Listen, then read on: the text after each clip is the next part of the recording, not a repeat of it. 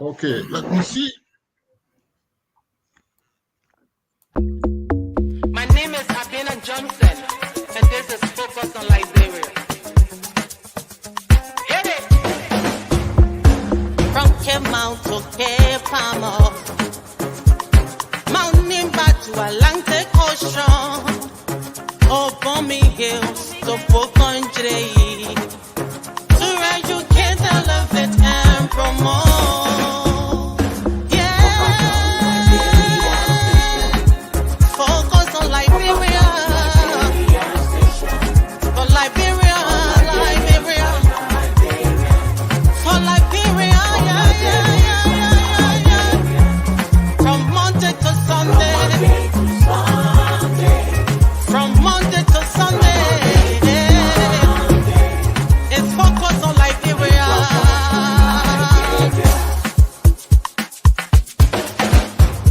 Talk about home affairs, hey, in diaspora,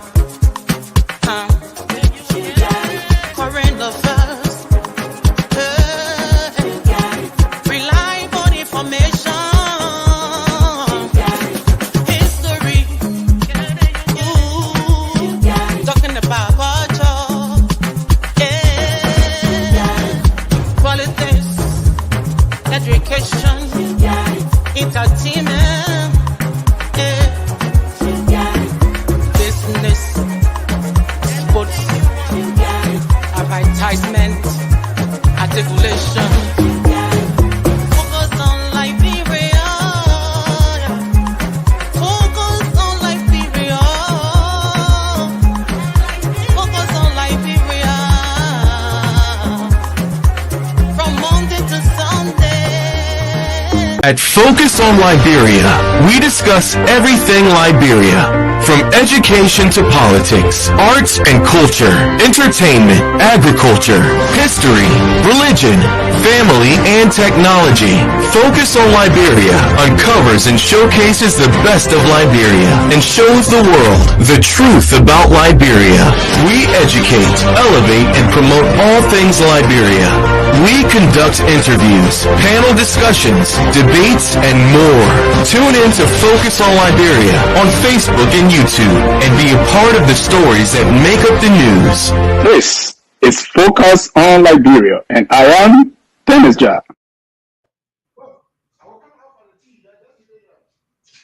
Hello there in Focus of Liberia land. We have a exciting show tonight for you. There's Dennis. Welcome to another edition of Friday Night Debate on Focus on Liberia. Happy Friday. Just in case that you're just joining us, share the show, invite a friend. We're going to be talking about some exciting issues or debating exciting issues. Let me welcome Jimmy Eastman. Mr. Eastman, welcome to the show. It's a pleasure being here, Dennis. Thanks. Let me also welcome Attorney Wanda Konyene Fremont. Welcome, sir. Thank you very much, Dennis. It's nice to be here. We want to welcome all our viewers from across the globe. This, when it is Friday, is always Friday night debate. There are issues in Liberia that we need to debate. As Dr. Fumler said, our mouth not gone. So it's better for us to talk than to fight. So tonight we're going to talk. And some of the issues we're going to be talking about tonight, number one is the resident judge of Criminal Court C, Blamo Dixon, said President Boakai's government is tribalistic. He said they are concerned regarding the prevalence of nepotism and tribalism in President Joseph Boakai's appointment, citing disproportionate representation of individuals from Lofa County in the government. The resident judge said, and I want to put the quote on the resident judge said, I have observed that every 10 persons appointed in government by President Joseph Newman Boakai, 7 of those persons hail from Lofa. We heard, President Doe appointing Crown people. We heard President Weah appointing people from southeastern Liberia. So is this whole idea of, and we also Taylor government being full of Congo people, and all that, right? Is this whole idea of tribalism or the accusation of tribalism by our president, is it real or is it perceived? It's an issue of perception. And even if they come from the county, so what? As long as they are qualified. We're going to be debating that tonight about the accusation. Is it true? Is it real? Is it perceived?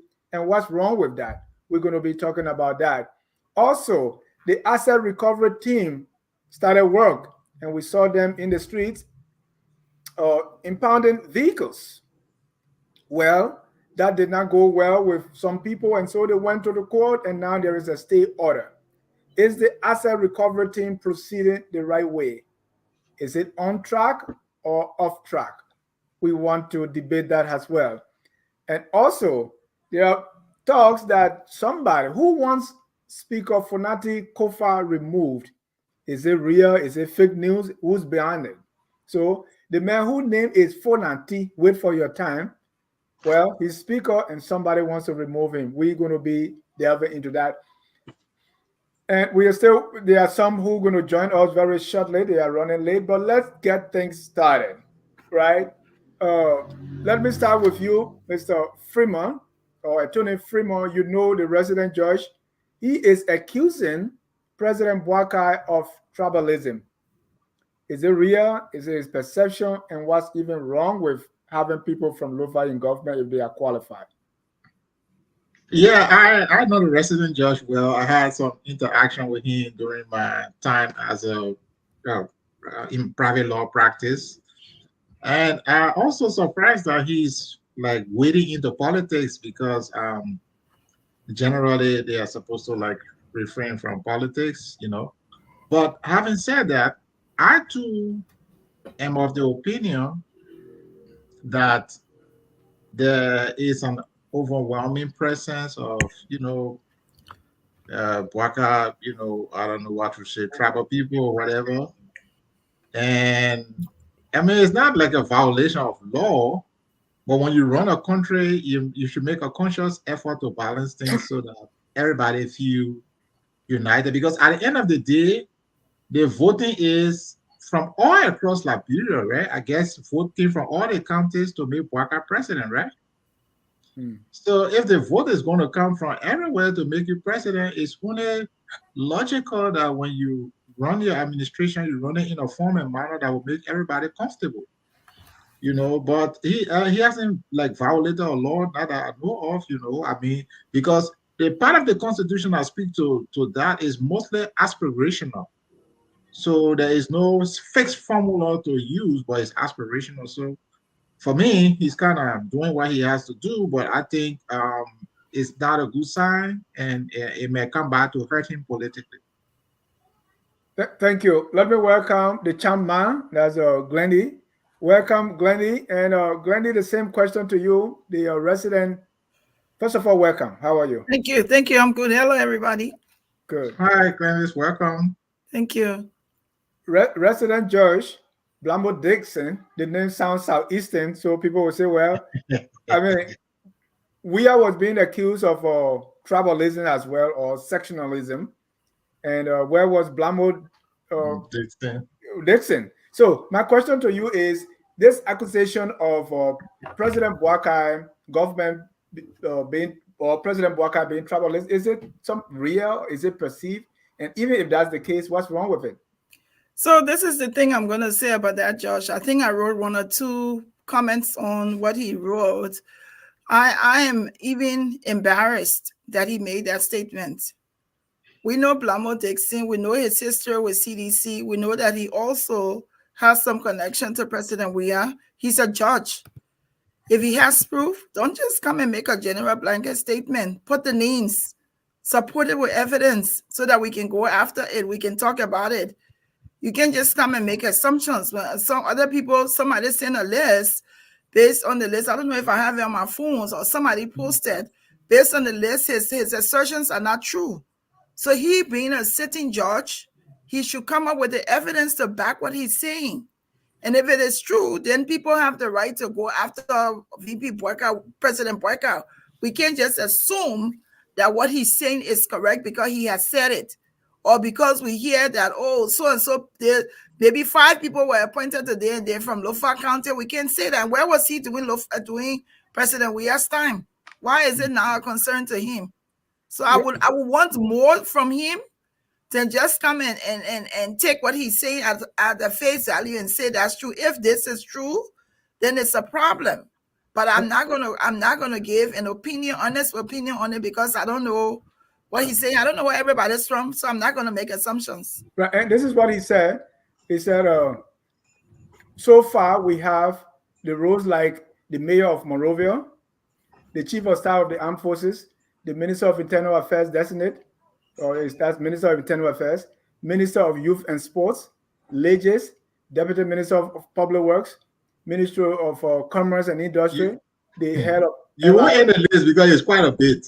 The Minister of Education, the Deputy Minister of Administration, General Services Agency, Assistant Minister for Special Services, Minister of State without Portfolio, Managing Director, LTA, the Director and General, and so on and so on. So they are naming names.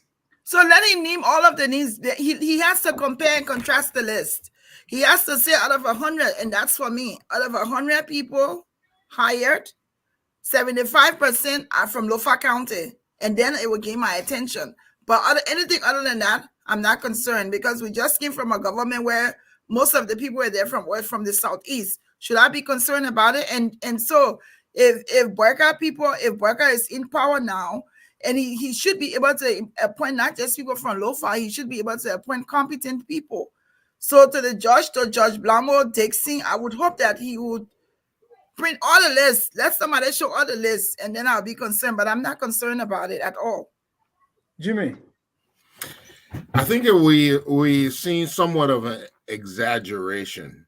Okay, let's look at the human being, for instance. There is a tendency for you to consider things you're more familiar with. So if you happen to have gone to MC or CWA, that would be the way you will select or favor people like that in your government. It's a natural tendency. If you went to multilateral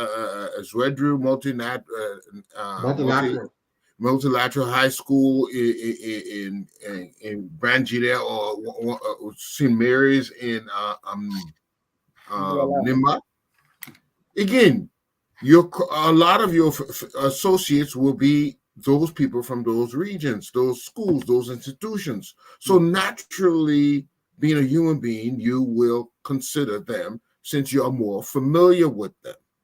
But when is it too much? When are you overdoing it? One reason why scientists have discovered that tribalism is so prevalent in our midst, because we don't promote a national identity. We have to make the Liberian first and then your tribe next, or your family and after your national identity. We need to promote that in our schools, in our social organizations. Let we be more nationalistically conscious, and of course the government has to seek inclusiveness, and that should be one of the principal themes of any government, and use mechanisms to ensure that we're going to be inclusive, and divide resources across the board. But we're going to be singing this song until we make a conscious effort to change things, to make a strive toward a national identity. And we have to put in barriers so it's not abused, it's not overly done, because it's going to be done to some extent. So Jimmy, I hear that, but let's look at the Judge Dixon's accusation. Is it real or is it just his perception? I have to see an overall pie. In other words, out of all the government jobs, I want to see how many are attributed to Koffa. Okay, by looking at it, what would be the percentage to you that would make that true? 5, 6, 7, 8? Well, if you want to be equitable, you will, if strictly by the numbers, you will divide the population of Lofa by the total population of the country. That's how an equitable distribution would look. However, some places will be more exposed and have more erudite, dynamic people, and there's an inclination to choose more from that group.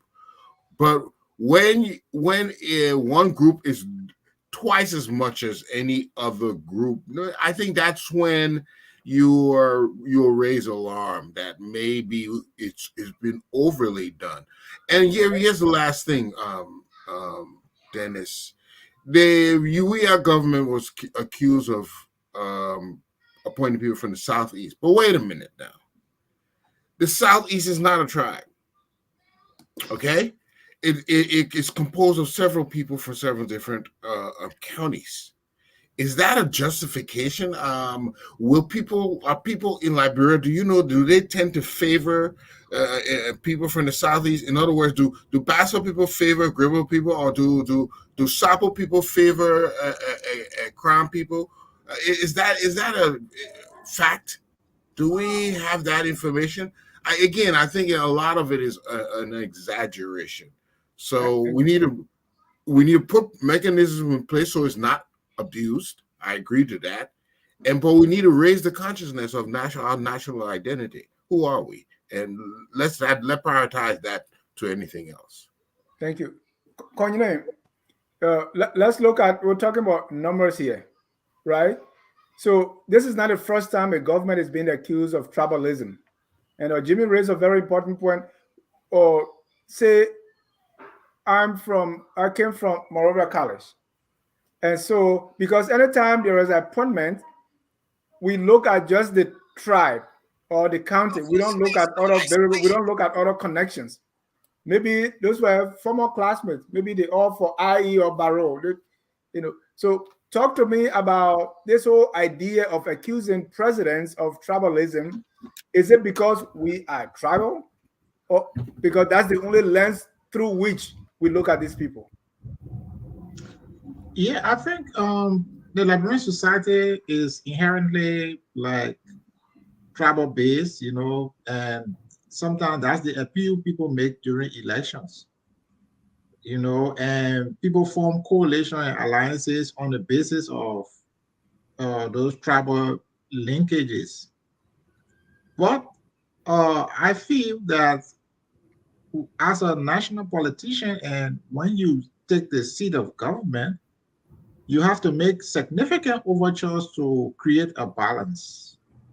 Look, I don't see people going out and calculating and coming up with a specific ratio, but people will have a perception based on what is prevailing, and they may not be wrong, So I think it's incumbent upon the government, the fact that you come from, let's say for me, I went to college at the University of Liberia, so I do know a lot of people there.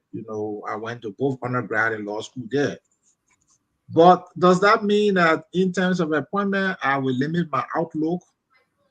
Then that is not being nationalistic, or that is not what does limiting your outlook mean? Because let's say you are at the University of Liberia and you have 20 classmates. Yeah. Right? So if you are appointing people that you knew from University of Liberia, another factor could be they come from your county. Does that mean you were only looking at your county, or you were looking at people you met at the University of Liberia? So either way, it would not be a good thing to do. I always make this comparison like when you put it together a Lone Star team. So the national government is like a national team you put it all to serve the country. So you can't go to IE alone, and take one half of the player from there. And you can't even say that all the players need to come from Liberia. You need to look far and abroad, everywhere. But I think there is a tendency when the people win, when they're campaigning, they make that overture. And then when they win, they go back to the default position of looking around them. Some of the people that Boakai have appointed, they're not really the best in their fields and stuff like that. And some areas are really technical. You need to find the very best people. And sometimes they may not even be in Liberia. You need to go abroad. So the chances of them like being in your schoolmates, your former schoolmates, or your neighbors or people you know, people have to go beyond that. If you were to campaign on that, nobody will vote for you. But you campaign on equitable distribution, then when you take office, then you go back to the default. That deception. And I think they need to get away from that and try to be balanced. The fact that, yes, you went to school in Liberia, you have your classmate there, but when you're putting together a national team, you cannot restrict it to one section, one area. And the fact that we did it and it was wrong is sufficient reason for Boakai not to do it, or the fact that Ellie must have done it with, 1970 people, and it's not reason for him to continue. So I want to think that it's not a good strategy, whether you get from your neighborhood or from your university or wherever. It's just not good. They need to be broad-based in their thinking when they are looking for people to run the government. Glendy, is this during Weah's presidency? There was a far cry for people from the southeast. That is, even though they wrongly put Grand Jida in southeast, Grand Jida is east. It's not southeast, but the way people perceive it is 5 counties. Weah people came from 5, and there was a far cry for it. I think I remember you even criticizing that. If I'm not wrong. So, what would be too much for Boakai to do? Because southeast is 5 counties now. Lofa is just a single county. Should we look at the population of Lofa, or should we look at it the same way we look at Weah and the southeastern dominance?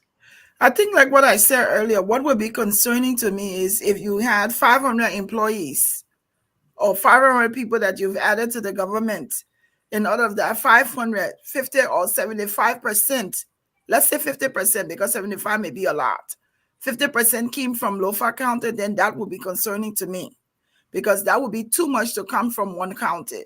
Other than that, I don't see it as a concern right now. I know we have the tendency to believe it's happening because almost every post of new appointments, there's somebody in there from Lofa. So yes, it may appear that is what is happening, but we have to know the number.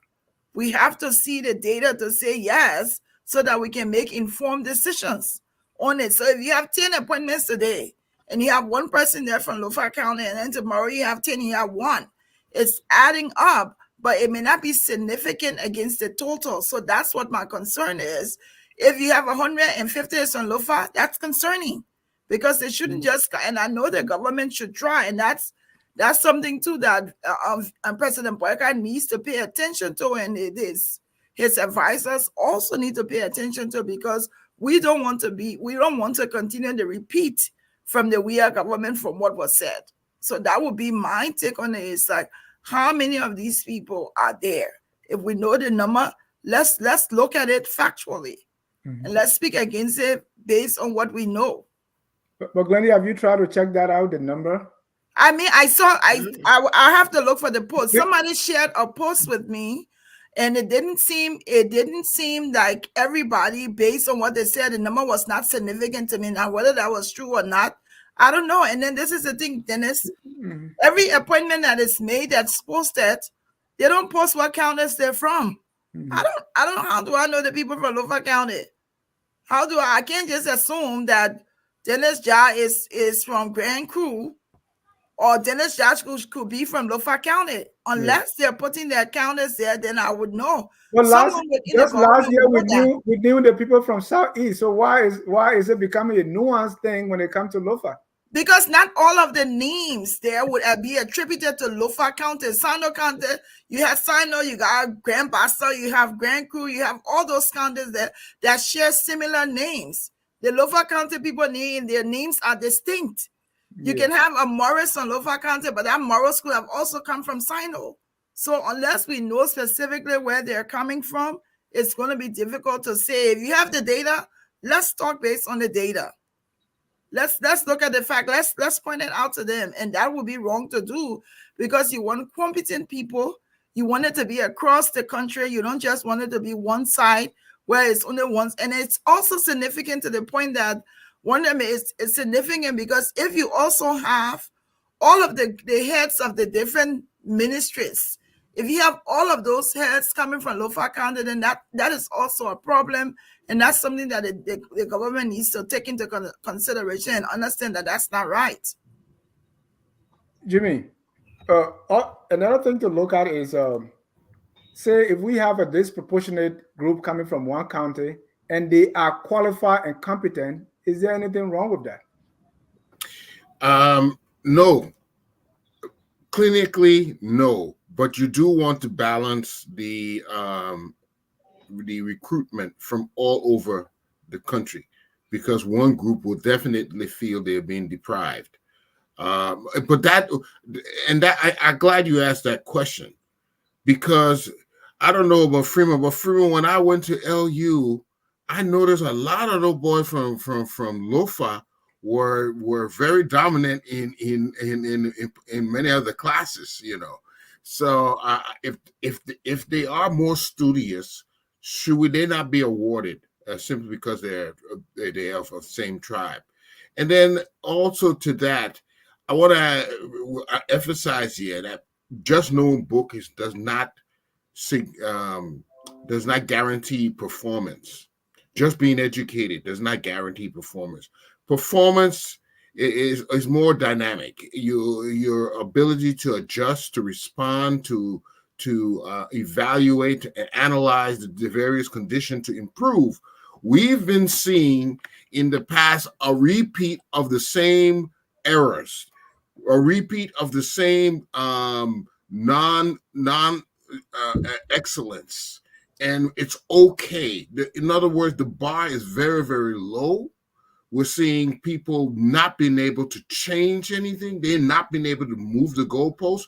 And that is exemplified by, for instance, our power has not improved. In fact, when I left LEC, we were hardly having outages. And till today, 20 years later, we're having the same problem, even though we've invested millions in this sector.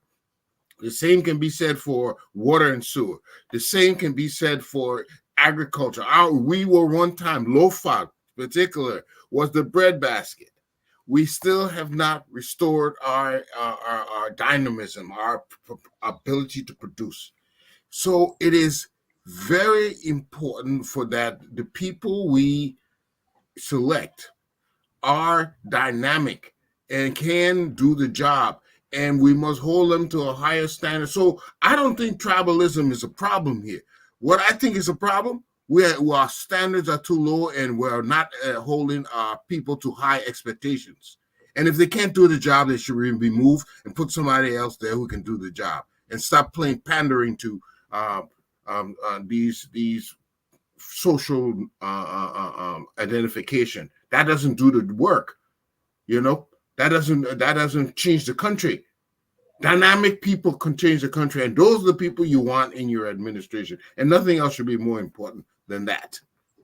Even though I will give favor to my friend, my Glendy, you know, I'm a fan ambassador guy now, so I may have that.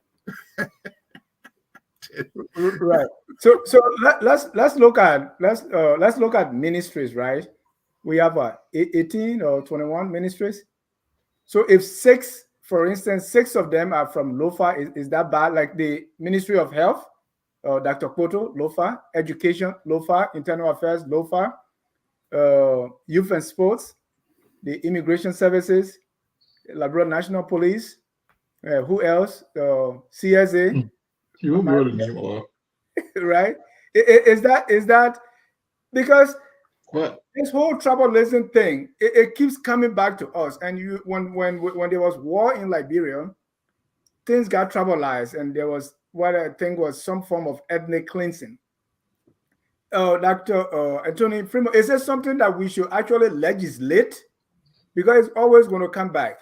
And people will say, and we say, well, you know, as long as they are competent, or so what do we do to arrest this problem? Should it be say, hey, if you have even what does it mean to say this person comes from Lofa? Is it because your parent Loma, or what is that? So is this something that we really need to put into law?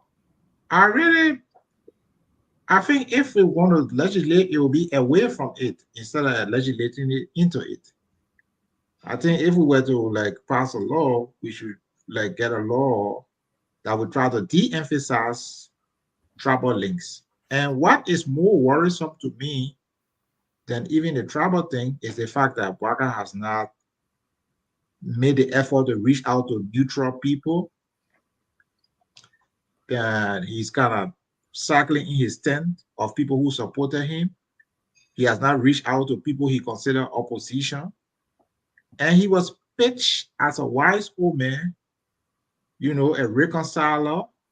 And to date, I don't know if he's appointed anybody who is known to have been like an opposition to him. So that is far more worrisome because it contributes to national unity when you go beyond your political party, you go beyond your tribe, and you try to bring people on the basis of competence. Now, it may be disproportionate. Let's say, for example, you hire doctors in the health service. Now you just want people who went to medical school and who passed their exam and they are medical doctors. So if you bring them on board and it happens that one candidate dominates, that's not a problem. But for administrative positions and other things, it's very important for there to be balance because it contributes to national unity. If people feel disenfranchised, if people see sideline, what does balance mean when it comes to the administrative position you're talking about? So he gave Jimmy gave a kind of what we call a rough formula that if you look at the percentages in the country, especially with administrative, I'm not talking about technical area, people should be proportionate to their population or something like that, right? So if there's an overrepresentation, it will be obvious. Like for example, let's take the smallest country in Liberia, Bomi. I think they're probably the least populated. So if you maybe they could be like, let's just say because they are small, I don't know the actual figure, but let's just say they are 5%. So if you do a nomination and Bomi end up representing 15%, then they are disproportionate. You know? So I'm saying that he should make a conscious effort, especially in administrative area, to balance things out and not go, because when you criticize people that they made mistakes early, you know, squander opportunity, was damaging the country and needed rescue. When you come, you gotta do something much better. You can't just do a little bit. It has to be much better than what the other two people did. And I want to raise the emphasis on the fact that he has not reached out to people who are neutral, who don't belong to a political party. He has not reached out to people he considers opponents. He has not reached out to people he considers critics. And those are the things that you would do to foster unity. He hasn't done that. So for me, he's really not doing well when it comes to that. So he has not reached out based on what? The fact that you don't know? What do you mean I don't know? I read the list. I'm asking you a question because you're saying he hasn't reached out. So how do you know that he has appointing of people who are neutral, for example, who are not part of his political organization, right? Appointing people who may have been like opponent to him or who are currently opponent to him. He has not done any of those. So he has not even done. Would you consider Grace Bay a part of Boakai? Was Grace Bay not on the ANC team? Yeah. I don't know. Grace Bay could be his. No, Grace Bay was for ANC. So would he not be? He was for Boakai before ANC. So that's the point. Prior to Boakai, he was for. But Glenn, you're not going to take one person name. You're not going to take you're not going to take one person name and bring it up as a job. Overall, Boakai is not known to have appointed neutral people. Neither is he have known to have appointed opponents. So he has not done it. I'm asking you can't pick one person name and that one name now will now become the new justification that Boakai is reaching across the aisle to bring in neutral people or to bring in I'm opponents. only pointing out what you said. You said here that there's been no one, and I'm pointing out. I don't use those kinds of words, so I didn't say no one. I said he has not made Okay, you say he has, support. whether you said no one or you didn't say no one. Yeah, I don't use those kind of words. No one, absolutely, never. I don't use those kinds of words. You will give me a chance to speak, though. Yeah, go ahead. You to speak, so give me a chance to speak. Go ahead. You can't talk over me, though. We have to allow each other to speak. I'm sorry. Go ahead. All right, thank you. You made a statement that VP Boakai has not reached across the aisle, and I asked a simple question. And I'm not counting, and I'm not here to support VP President Boakai and what he's done. This is about Liberia. So I made a statement about Grisby. Is Grisby not one of those people? Because I know that even though he was for Boakai before, subsequent to now, he was working with ANC. He was for Cummings, and now he's for Boakai. Wouldn't he be one of those? I'm and saying I was to asking you the question because based on what you're saying, that is there something that you don't know, or you're just assuming because you haven't seen a result of the appointments? Right. Grisby is a very good friend of President Boakai, so let us not use Grisby. No, we have to use him. Yeah, but you can't be biased. You can't be biased with that. We have to be also fair. have Yapawolo. We have the foreign minister. All those Thank people. you. You can't just say well. Grisby is not. those are people who supported him. No, Yapawolo did not support Boakai. No, in the second round. Yes. In the second round, they went for Boakai. I know they are. I was one of those who criticized the Grisby appointment. So, but it's not being biased. Grisby is a friend of Boakai. He was with Boakai, left, went to Cummings and come back. That's what they do.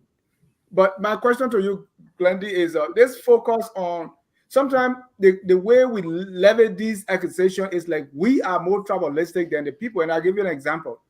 Like when we are appointing even people in these community colleges, we always want to take people from that county. There was an incident in Kinjaw, and they say, hey, the guy who is Bay Mountain, he's from Bassop. We don't want the people didn't want him. And then the Bassop youth came on and said, hey, if you don't want it, that means all the Cape Mount people in our county, we don't want them too, right?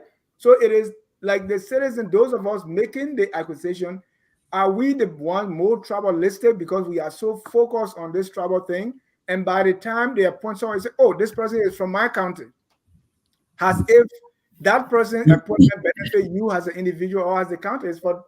So is this zooming in on tribes and county? Is it a problem mainly from the citizens or from the heads? I think it's from the citizens. I think it's from us. And I think it's based on precedent, what people have seen.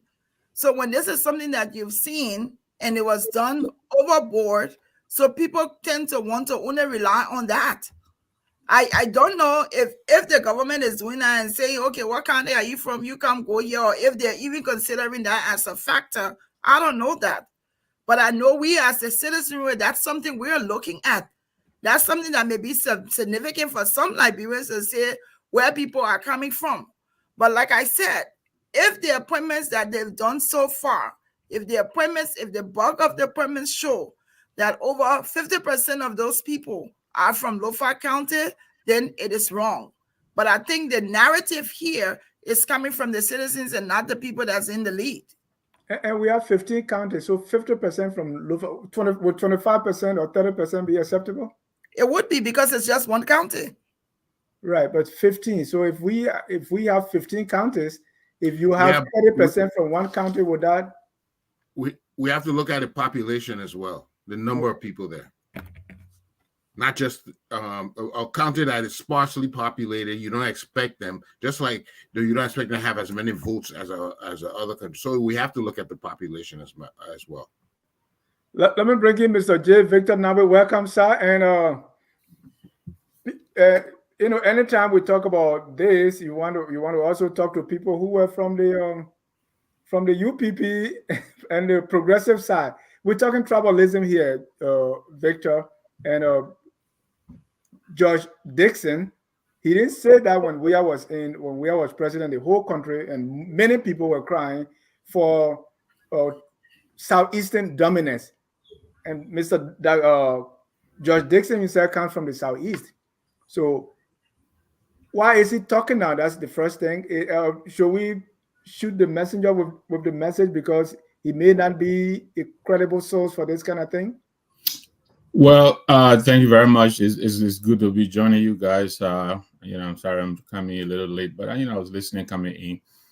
First of all, I think the tribalism may not be the most apt reference to what we're discussing here. Boakai is a Kisi man, and so if the majority of the appointees were of the Kisi tribe, that would be tribalistic.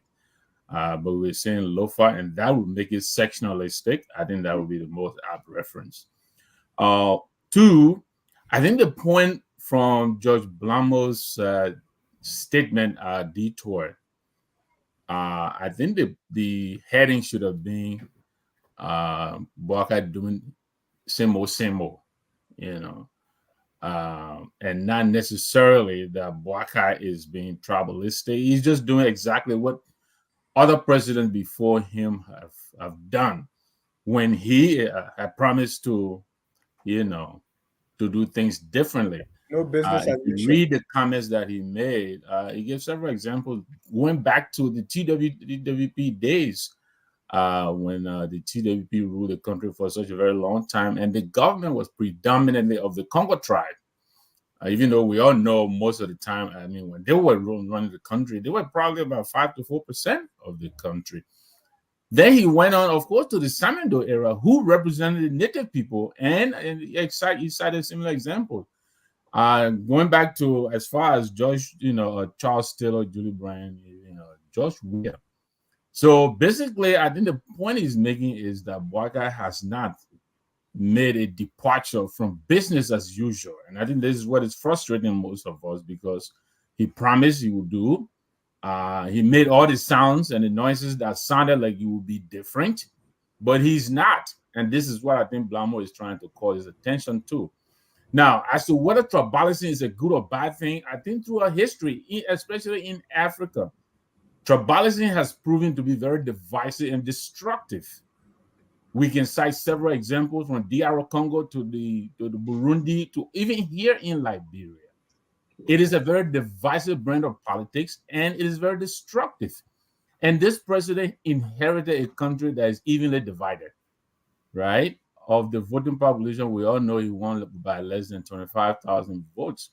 And so it would be smart for him to do the best he can to try to integrate the country, as opposed to giving so many appointees to one section of the country. That is not inclusive. I think I think this is the bigger point to me that's coming out of what Judge Blamo tried to do.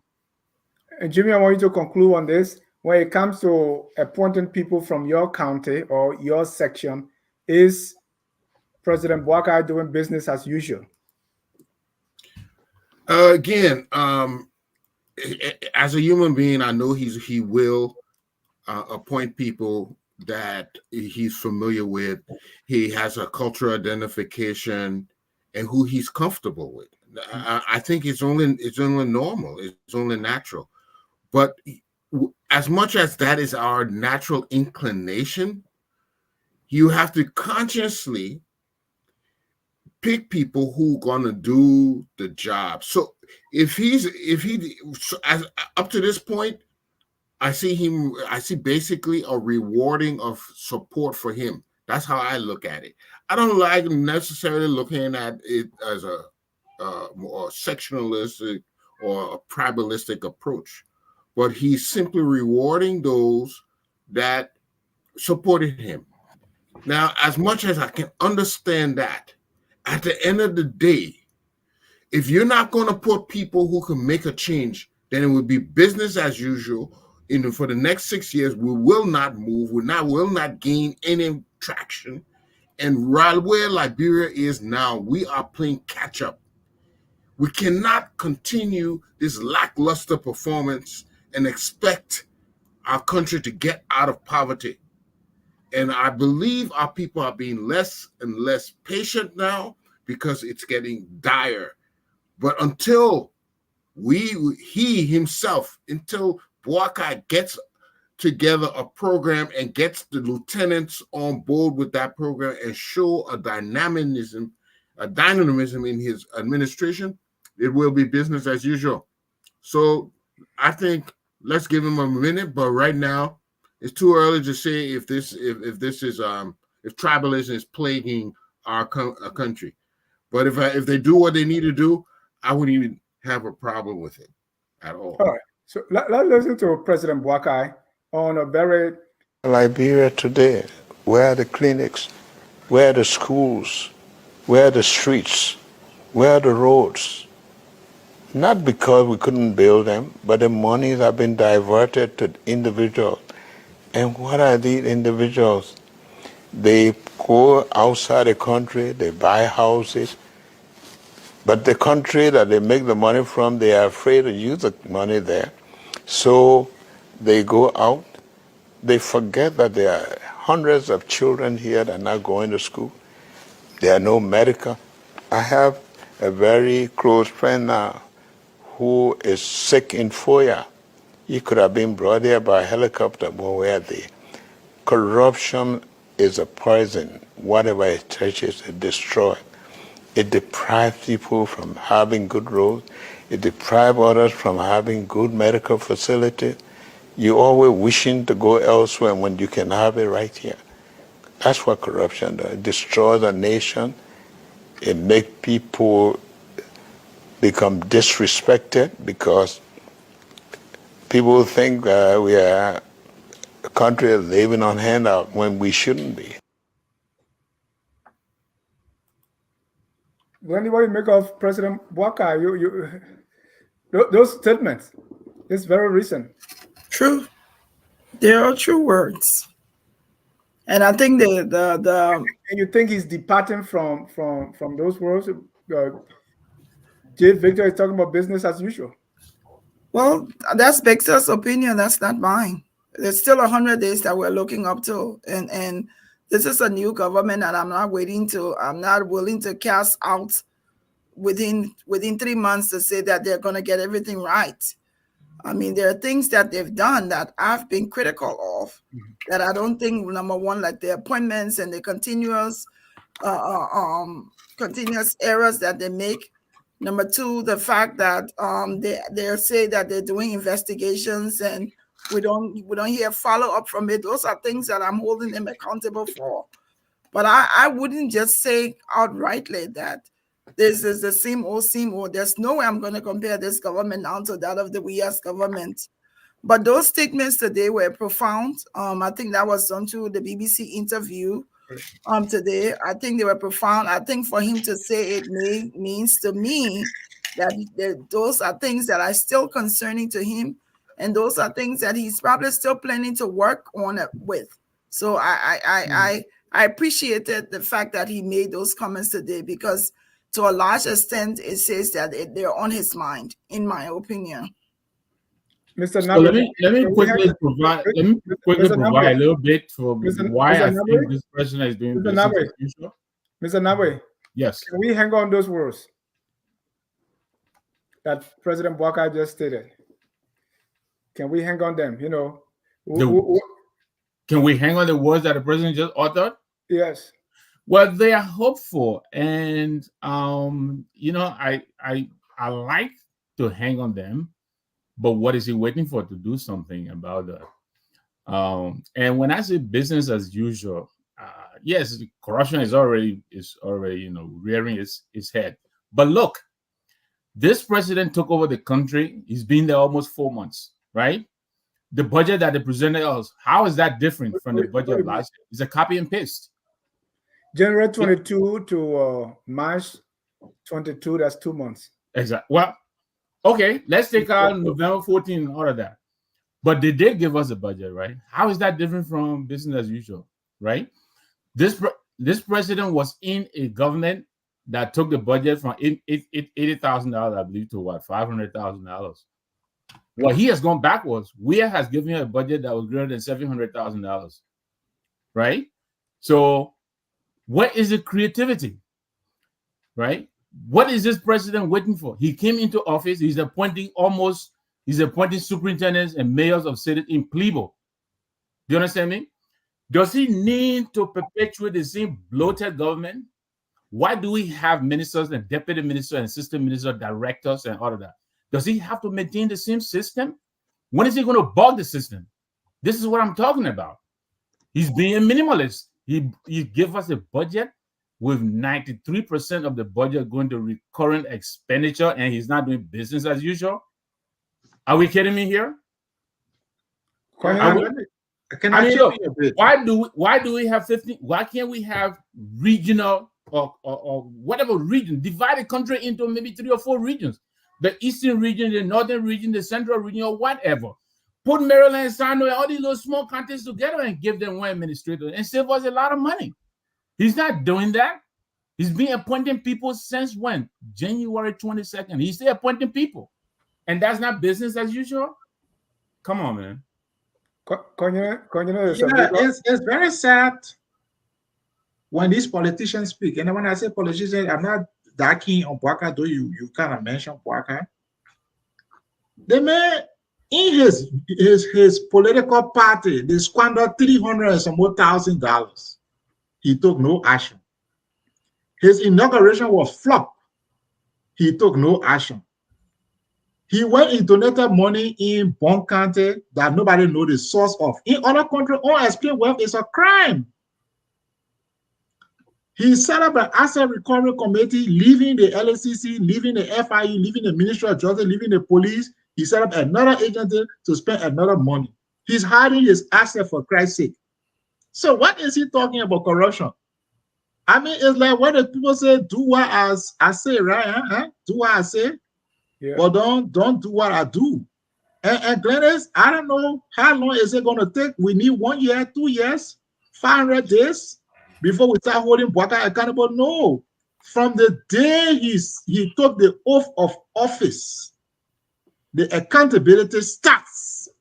There is not going to be waiting for 100 days, 1,000 days, 5,000 days. No. Accountability starts from the day he takes the oath of office.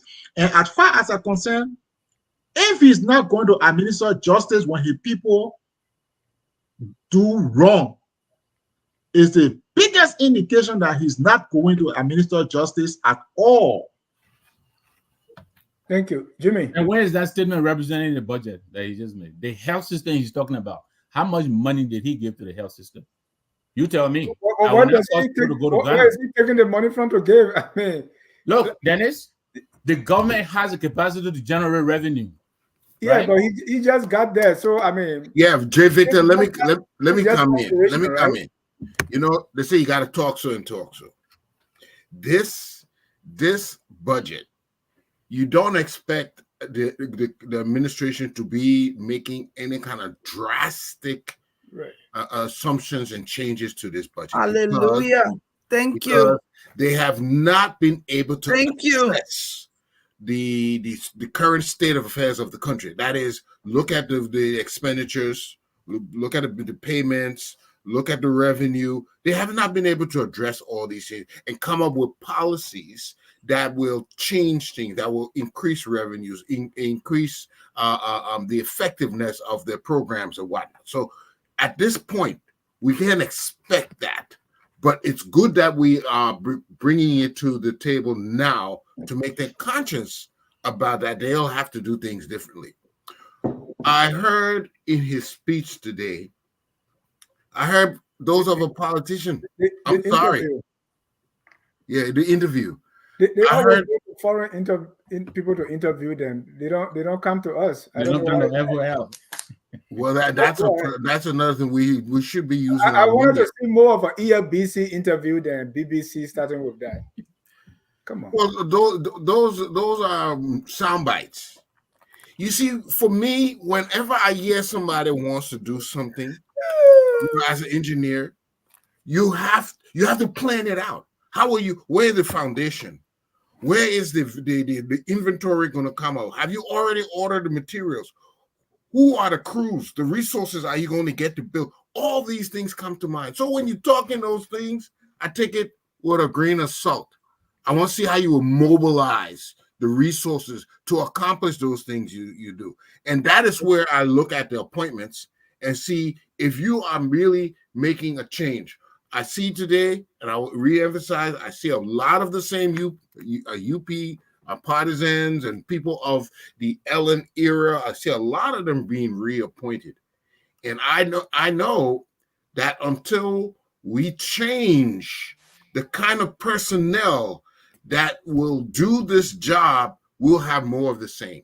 We have to bring a different crop of people that take the state affairs seriously, and not those who just want to ride it. So until we bring the right kind of people around, and until he sets the example and the momentum for them to follow, and it's very critical on his deputies that when they're not doing things in order, we're going to have much of the same. So here's an idea, Jimmy. Do we need Minister of Transport, Post and Telecom, and TLA? Do we need those? Those are active legislature will have to change that. Those things have statute. So let's leave that. Let's go to our second. The asset recovery team is out. Somebody joked me and said, "Oh, the asset recovery that traffic police now." But fortunately we have a lawyer here to speak to some of these things. But the asset recovery team is out. They impounded vehicles, and based on I think tips that they got. I spoke to a lawyer and said, well, if the government is in charge of the country, so if the government notices that a crime is being committed, the government can go there and arrest even without warrant and keep you until, because if nothing is done, the crime may be committed, or it may be perpetrated or perpetuated, or even the people may run away. So the government has the right to go in and seize assets like that when they see that crime is taking place. So the action of the asset recovery team that we saw, now the court has put a stay order on that. But based on what we saw, is the asset recovery team proceeding the right way or the wrong way? Are they on track or off track? Jimmy, you go first. The whole process of the asset recovery team reminds me of how not to do something. Okay, first it has to be established that assets are missing. Okay, I don't know if they had significant time, but maybe since they've had some intelligence that they want to move quickly. Sometimes you move quickly because the culprits may begin to hide the assets, sell off the assets. So you have to, sometimes the timing is everything. So let's allow that the timing, we have to move quickly so we can grab them. But from what we're looking at, going after Finabono's taxes and IG Sulu's SUV, that doesn't show that they're organized. I mean, there should have been some requisite investigation before they're doing all of that. That's why this court slammed them. Even me, I'm not a legal luminary like our brother here, Mr. Freeman, but you got to have a process to do something. And why are you doing this? My question, especially because it's being led by a counselor, I'm going to call that counselor and I'm going to ask him, why are you doing this process like that? And you a legal mind. You see, that is when you give me an answer that is not fit, I'm going to fire you. And this is what we expect to see from Boakai if he's going to make a change. How can you start such a program and you not know the legal means to go about it, that the court has to shut you down? What would be your answer? Would determine if I fire you on the spot, because you're supposed to know better. And we need to put somebody there who knows what they're doing. So we're going to see what he does in this. Attorney Konyene, is the asset recovery team on track here? But that whole asset recovery thing is just a witch hunt. The first thing we need to use a witch hunt, total witch hunt. That's what I think it is. Okay, because firstly, you have institutions that are statutorily established to do these things, but Boakai knows he won't control them the way he will control the political group that he established. So he doesn't want to use them. So that's the whole idea of, because if you get the kind of people that you got on the asset recovery team and they are based in your office, then you can just send for the director or whoever is and say, look, do this and do that. But here's the thing. Asset retrieval is different from asset recovery, and people need to understand the two. Government gave you computer, car to work with and stuff like that, and you take it, you walk away with it. The title of that property is in the government's name. So the government only needs to retrieve it. So that's basically an administrative process. Like GSA, police, whatever, they go after you, they say, oh, you have this thing and stuff. But even at that, like Jimmy was saying, it requires, you got to do an inventory. And the inventory got to establish that there are missing assets. So if you haven't even done that, what is the basis for even doing the administrative process? So firstly, they have not even done the basic research to do the administrative side of things, which is asset retrieval. Asset recovery is a legal process. Legal is either by way of a civil litigation or by way of a criminal litigation, and then you proceed to asset recovery. So there is no way you can do asset recovery without going through a court system, which is different from asset retrieval, where the government has the title to the property and they give it to you to use it, and now you don't want to bring it back, they're trying to take it from you. In asset recovery, Attorney, just a point. In asset recovery, that person has diverted, has converted, has transformed the asset to their personal or let's say ownership, and they are trying to pass it off as their property. And that's when the legal process comes in to get it. So, but if you see that they're not proceeding in a legal manner, it's just a witch hunt. all right. So in the case of Finabono or taxi company, whatever she has there, that's not retrieval. No, so it should have been strictly legal. So that means you have to establish that Fina committed a crime, or she took some property illegally and broke the law, and then you will use the law to establish that she broke the law and she took property that she was not entitled to. Okay, but you didn't give Finabono those cars, so it can't be a retrieval. If it's asset recovery, you can't do it without a court process. And before I go to Victor, I want Glendy to be last because when she delivering her punch, I wanted to hit her. So let me go. So when the retrieval, should that be done by, say, the GSA that gave them those items, or? Yes, I think the GSA, because it's administrative, the GSA will do an inventory and establish the missing assets. Then the GSA, because some people will not put up resistance. So if there's no resistance, the GSA can just go in and get the assets from you. The people who will put up resistance, GSA can get the national police. Okay, so it doesn't require any, I don't know how to call them. This asset recovery team is in twofold, right? Asset retrieval and asset recovery. So yes. There's a retrieval piece and there's a recovery piece. Yes. But even both, like the retrieval part of it, you need an inventory to establish the missing assets. And then the GSA, like you said, who gave it to them is the GSA that will be in the forefront to administer, to follow up on the retrieval process. And how do we know there's no inventory done already? Because they will be working with an inventory, or probably they will publish the inventory and give the people maybe 60 days or 90 days to turn in the asset, or even 30 days. But they have not published anything to say, okay, we know that these people are in possession of government asset, can they return it in 30 days or even 10 days? They have not said anything like that, so we know they don't have it, you know. So I just think it's just a wish on what he did. And the next thing, nobody in this 21st century establishes an anti-graft office and put it in the office of the president. I mean, it just doesn't make any sense whatsoever. You know, why are they there? He wants to tell them what to do, where to go, who to pursue. That's why it's a witch hunt. And he needs to stop, because the same thing he said, Ellen Johnson squandered opportunities. And now all I see Boakai doing is even doubling down on the squandering opportunities. We gave him the precious opportunity to run that country better, and all I see him doing is squandering opportunities. Thank you. Victor, is the asset recovery team proceeding correctly? I'm really underwhelmed so far from what I've seen. I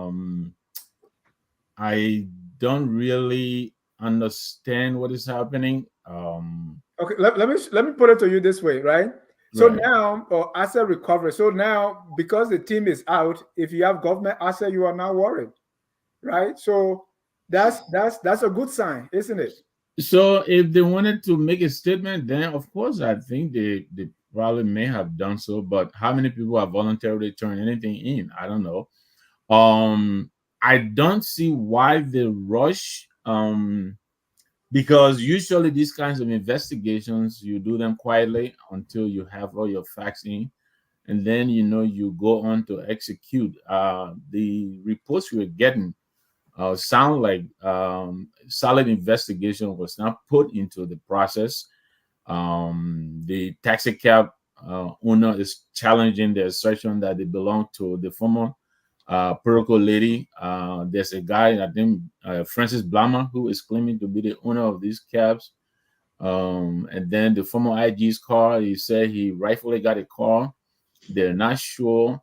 So, I hope that, going forward, there will be a little bit more thorough investigation that will go into these executions. But more than that, yeah, they just starting. But really, I didn't expect them to be going after taxi cabs and stuff like that. There are some real big leagues, I think, assets out there that belong to the people of Liberia that I thought they would have gone over. I mean, gone after. I'm almost certain that right in Liberia alone, they might be able to recover over $1 billion of stolen money that is stacked up in these banks. So that is the kind of thing I hope they are warming up to. So maybe what it did was to send a message that, hey, we're here and we're going to start work, and so we're just announcing ourselves. Other than that, I really think what we've seen so far is very pathetic. I think it needs a little bit of organization and seriousness of purpose. Thank you. The picture we see here, that's of Sierra Leone asset There you recovery, go. right? Now, our asset recovery started with taxi cab. Wendy. Exactly. So, very interesting. I wrote down a few points because I don't want to miss what I'm saying here. And I also want to attribute my response to the fact that my father was a lawyer, an astute lawyer in the country of Liberia, rose to the rank of Associate Justice of the Supreme Court of Liberia, J.D. Boakai Jr. So it went in the genes or what? I'm just saying. I'm just making reference to the fact that he was an astute lawyer. Okay, And so go ahead. I want to say here, I want to agree a little bit with what Victor said, just the end portion, because I think what the asset recovery team under Councillor Martin was trying to do was to make a statement. I think we will be remiss if we come here and say we know everything about that committee and everything they're supposed to do and everything we've seen is how they're supposed to proceed. I will not want to say that because I don't know what their work encompasses. I don't know what list they have. I don't know whether they're working with GSA. I only know what we've seen. And if to say that what we've seen was to make a statement to let the population know that they're here, they're ready for business, and they're ready for work, then I can say, yes, they succeeded in making that statement to the public. Suffice it to say, we can look at GSA and say, if GSA played the correct role, we wouldn't be here today. If Mary Brown and her team had recovered those assets, then we will say, and if they were not able to recover them so that there will be a retrieval process, then we can say, okay, they did it well, so there will be no need for this process. But I also want to say here, I don't think I want to disagree with the Anthony here. I don't think it's a witch hunt. I think this is the first of its kind we've seen. I think President Weah, there was did an observer, somebody shared that President Weah also 6 years ago tried to do this. And the way he even did it, somebody alluded to the fact that they were even dragged out of their car and it was taken. But okay, that's done. We didn't comment then, but we want to comment now and attribute what has happened based on what we've seen to it being a witch hunt, I want to disagree. My father used to say vehemently, I want to vehemently disagree with that posture. I don't think it's any witch hunt. I think when people seize government assets and they don't return it, you're not working there anymore. There should be a process. GSA should have been in charge of that process for them to be able to turn over the assets. The last thing I want to say, I'm a little bit... We still have GSA, right? So why isn't GSA doing it? Because they didn't do it. If they had done it and there was reports and if Mirabro, and let me tell you. No, not Mirabro, the current GSA. Yes, so the current GSA there, this is the thing. The current GSA there is because maybe they don't have any record they don't have any record from the previous one saying that they were able to overcome this process. They've been able to do it. So there's nothing wrong with the government setting up a recovery team to be able to undergo that, because you know where we're coming from. We are all witnesses to the government we've come from, and even the one prior. And you can also see, and Mirabel, who was the head of GSA, then said she will not go after anybody for assets because she didn't want to be killed. She made that statement publicly. So I don't find anything wrong with them setting up the committee. I find nothing wrong with that. So before you go to your last point, I spoke to a counselor today and said, the first person to arrest, he used the word arrest, which should be Mirabel. Exactly. So if Mirabel gave these things out and she's right there, why can't you ask her for the inventory, for the document? But how do we not know? How do we, Dennis, we can't be reacting all the time. Because Mirabel is not answering questions. Mirabel has not been someone to explain these things. Yeah, but you don't know that. You don't know because you haven't seen it in public. You haven't heard anybody make a statement. I'm pretty sure. Look, Councillor Martin is no small potato. I like to say I follow lawyers. I follow their work. I follow their character. I don't think he's a novice to what he's doing. I think he knows what he's doing, and I think there will be an organized process. I like that the Supreme Court now have injected themselves into this process by saying, let's say this right now. I am looking forward to see what Councillor Martin will do after, based on what their decision is now. But I think we should let the process play out. If it was for publicity as a means of we're here, we're starting, I think that portion of it, they've been able to meet that, to make an announcement to say we're here and we're going to start work. No, but Glennie, if I may, I have to disagree with you a little bit, and I'll tell you why. Jimmy, before you disagree, Glennie was saying this is the first time it's being done. So asset recovery, do you mean the asset recovery is the first time they're doing asset recovery? Because I remember from PRC days when I'm saying this is the first time I know. When you look back at the last two governments, do you remember Ellen government doing it? I remember we are government setting up asset recovery. You remember them setting up, you remember them starting, retrieving 2 or 3 vehicles, and after that, nothing happened. Absolutely nothing happened. So when we look back at the last two governments, I can say, okay, we want to go back to PRC, that's fine. But I can say, based on what I know, looking at the last two governments, there was not an organized asset recovery process where assets were actually recovered. And so based on that, I would think that this commission will be able to do some work. But he has not recovered any asset. Let's just get that. Well, they just started.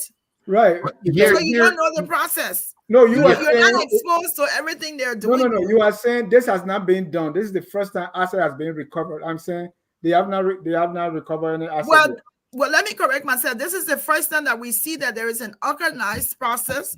There is a plan. Councillor Martin has been talking about it. Now we also know that the Supreme Court of Liberia has injected itself into this whole thing. So there's more to it. They took the case to the Supreme Court. When you say injected, nobody call you.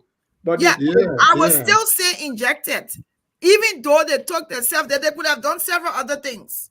They could have said, listen, go to court. Let's hear what the judge will say. Or they could have said, you bring your evidence. Let's examine what you all were, from what basis you're saying that. They didn't say that. They said, let's halt everything. Exactly. Give them their cards back. So I'm sorry, I have you may want to use another word. I am saying that they've injected themselves in there because this is also now the judicial branch against the executive branch of government. So I want to use that word injected. Maybe Let me wrong, clarify but that's something how I there, see Dennis. it. Dennis, let me clarify something. Yeah, let me try to chime in. It's important to understand that part of it. Hold on, Wanda. Let Jimmy come in first, and then you. Yeah, Okay. this is, you know, when you've run an organization before, you know that there's a certain way you should do it so that you do not render the existing arms, the existing teams useless. When this asset recovery team should use the mechanisms that are in place today to do what they have to do, because they have some of the legal authority they need to do it. They have the data and the information available, and that is how you go about it. Going out on their own is almost like, again, abandoning the infrastructure we created to do this very same thing and expect us to be successful. The reason I'm glad you were mentioning the failure of the last administration in asset recovery. And what were the reasons for that failure? You will find that, again, they did not use the mechanisms, the proper procedure available to do it. So we will, if we don't learn how to use what we have to administer and to manage, to affect what we want to achieve, and we build these silos that die out after a couple of months and the fervor is died and then nothing happens, that's what will happen. But all those organizations like the GAC, the LACC, all those should have come together, and we put them a format or a procedure, a process together that we all work in unison and get the assets back. But you don't see that being done. We see this silo of an organization without the proper legal authority stopping people in the street. They should have been arrested. Konyene, you wanted to add something? Yeah, I wanted to just clarify the point Glennis was making about the Supreme Court injecting themselves. A case like this would normally go to the Supreme Court on prohibition. So the prohibition is to stop somebody who is exercising authority that the person questions whether they really have that authority. So, and what can normally happen, the extra rate will be issued to say, look, if you don't stop this person, the person will cause far more damage before the process is over. So stop them now while this case is being held. So that's often the reason why you see when they file these rates to the court will stop the person now. Because, like, if, for example, if somebody is building a house on your land and you don't want for the person to erect a skyscraper before the case is finished. So you go to the court and you say, stop them now until we can settle the issue of the land. So most likely that case went to the Supreme Court on prohibition. So under the circumstances, the Supreme Court by law has to stop them until they can show or demonstrate their proper authority. So you haven't clarified anything. You're assuming that maybe it went on prohibition. Do we know that it went on prohibition? You can't clarify that point unless you know that was what took it there. But I know that prohibition because there's a stay order. I'm just saying. So what you're saying? But the Supreme Court will issue a stay order when there is a request for stay order. Which was done by Blaman, Francis Blaman and others. Yeah, there has to be a state order for the court to put a state order. You have to apply for the state order. Then the Supreme Court will issue the state order. The Supreme Court cannot issue it without you applying for it. I still feel the response was they ejected themselves in this case. That's my personal opinion. Okay. That's how I feel, because I feel that they should have looked at it differently.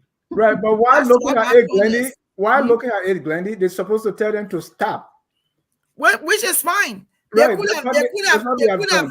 Well, this is the other thing I don't agree with. I understand the state order, but the state order also extended to the fact that they say you must return their vehicles to them. Status quo ante. Hold on. When you stop in the process, you're saying, let me hear from you. Stop everything right now. Let me hear from you. Let me hear from you. And then you go from there. You can't say, okay, we're issuing this. Yeah. We can't say we're issuing this and then you go back and start from square one. That's why I said they injected themselves in the process. That's what they always do, Glendy. They want you to return to status quo while they look into it. So then my interpretation will still be that they injected themselves.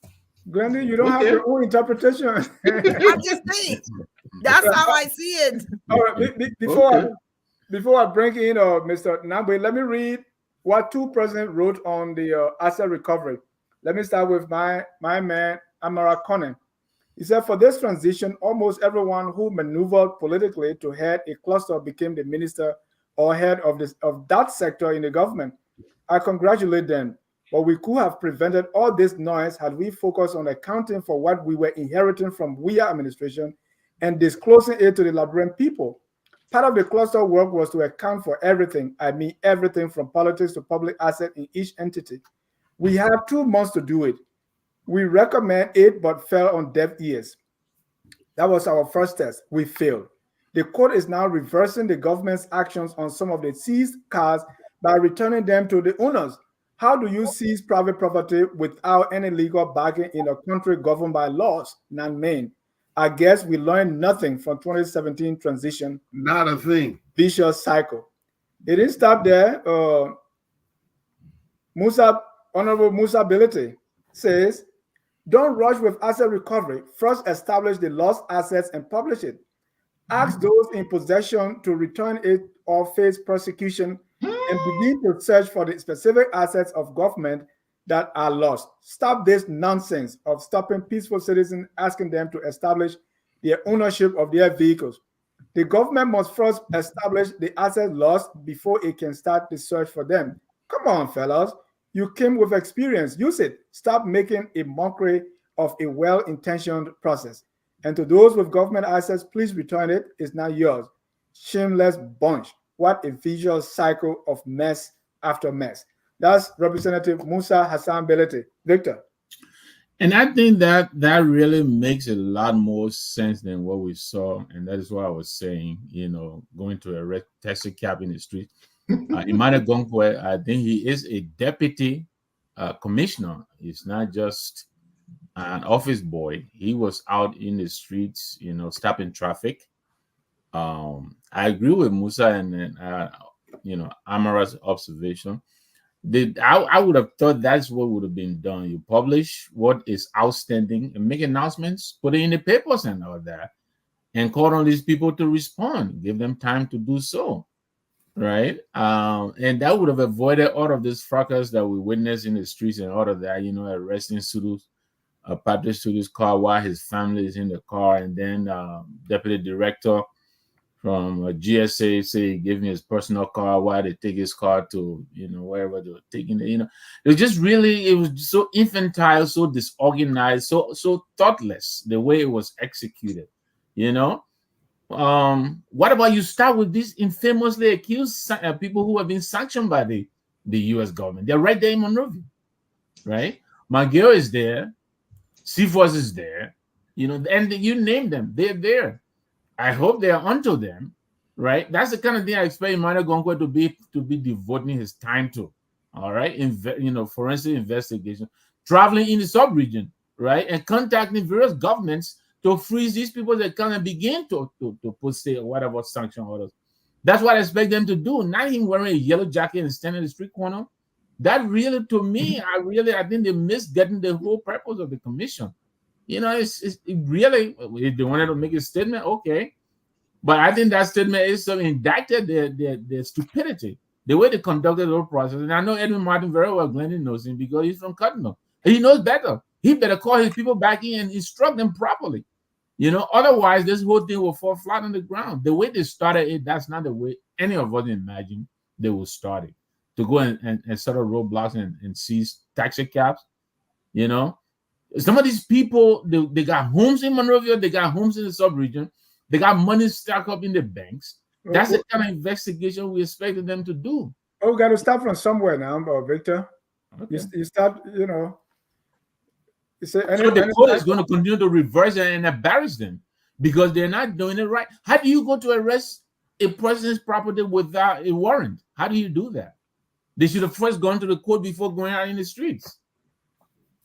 And What happens if this case go against the asset recovery team? And right now they are to status quo ante. What if it's established, for instance, the IG that, hey, he bought the car for $5,000.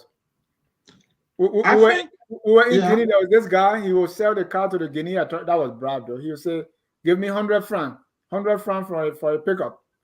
So if these things are established that yes, he got his car, he bought it. I mean, what happens to the effort of the asset recovery team that we are all hoping on? Sometimes lawyers, we just laugh when people do certain things. Sometimes it feels like out of ignorance. You cannot take $1 from anybody without a due process of law. $1. So if they bought the asset from, let's say, GSA, under a color of right, because let's say GSA did the auction, you're not happy with the way the auction was conducted, but GSA did the auction and they bought it at the auction, it becomes their property. If you have a problem, you have to go back and pursue the matter from GSA and establish that there was corruption at GSA.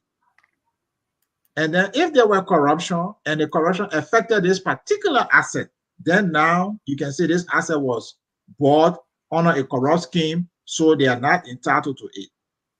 But until that is established, and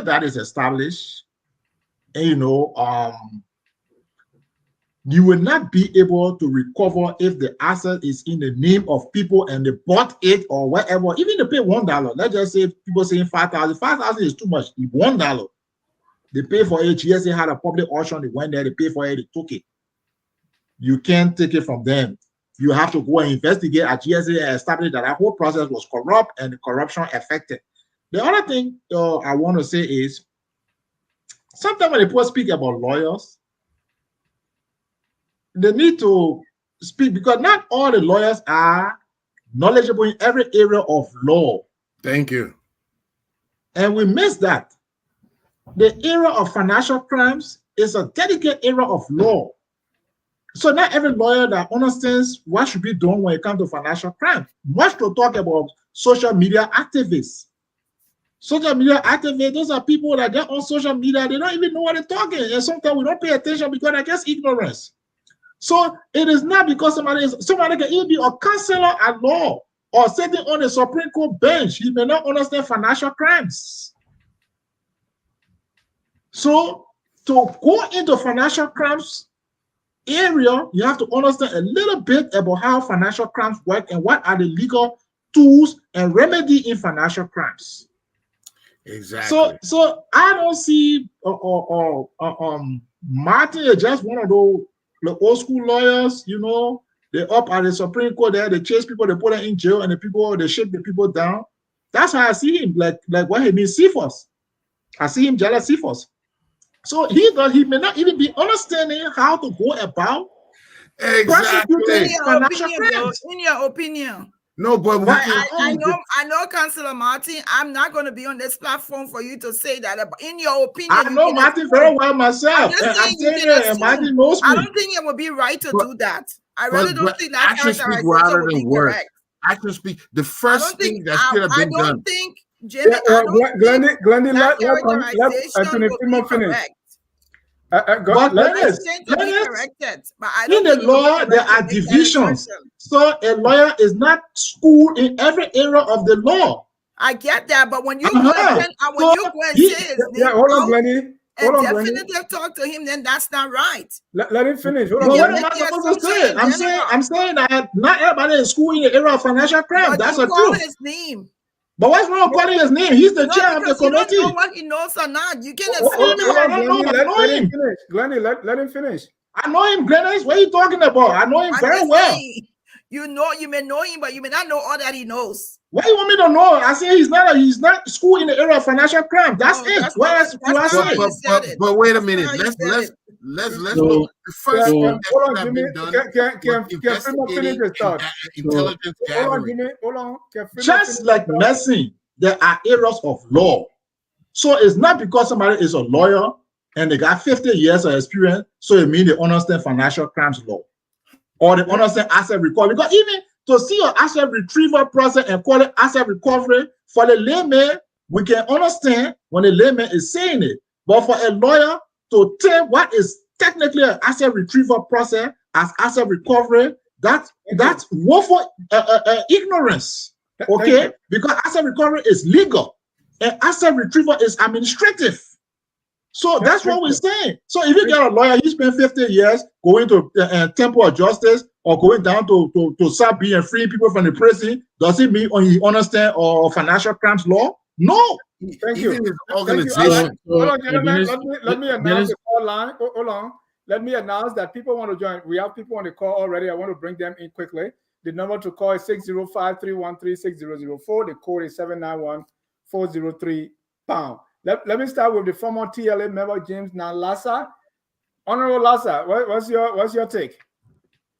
Yeah, good evening, Dennis. Thank you ever so much. I just feel that your panel is greatly rendering this service to the Liberian public, especially those who are listening to them. They appear to be so either very insensitive or just biased. I have to say it's just unfair. To say, for example, that the government is 50% is composed of people coming from Lofa, about 50% is just they didn't say that. They didn't say that. Okay, although it suggests that some Easterners are not sufficiently represented in the government is so just untrue, because already they didn't say that too.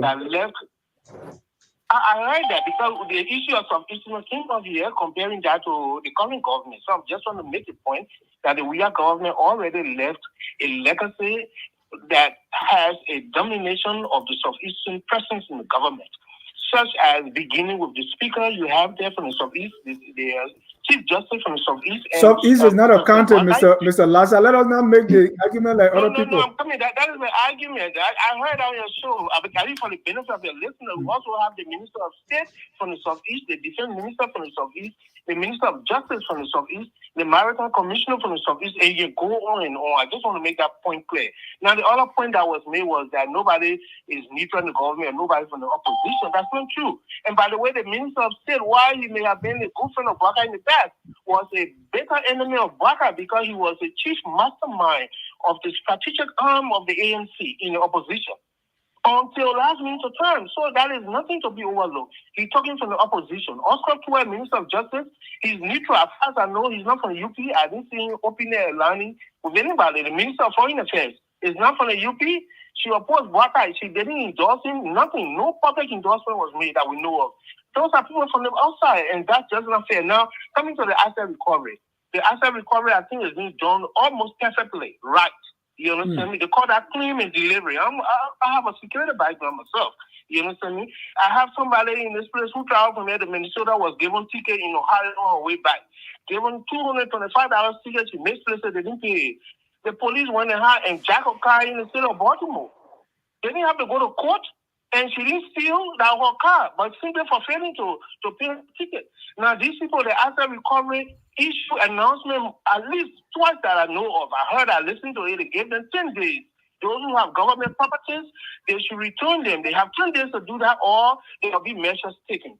Now, the team that went out in the field, they have police officers with them, they have the GSA team with them, they have the Ministry of Transport officials with them. That's a sufficient authority to be exercised to claim possession of properties that could be delivered back to the owners upon proven ownership. These things are done right. I don't know how your panel is just going around all of this. I'm surprised that Granny is the only one thinking the way I'm thinking. That's just not fair, man, for public consumption at least. Thank you. Thank you. Let me bring. Thank you, Dennis. Thank you. Let me bring in our next caller, Elvis Morris. Elvis, you're live. Can you hear me, Mr. John? Yes, sir. All right. Thank you, and hello to the panelists. I would disagree with the last caller slightly because I think the Supreme Court they know the laws of Liberia inside outside, as we were saying. So if they put a state order and a return to a status quo, and see that means that they actually didn't do it the right way under the law. That's why it was put, a state order was put on it. So when he said they did it the right way, his argument and his judgment in my mind, it's inferior to that of the Supreme Court. So I will listen to what the Supreme Court said until the court can, that case can be adjudicated in court.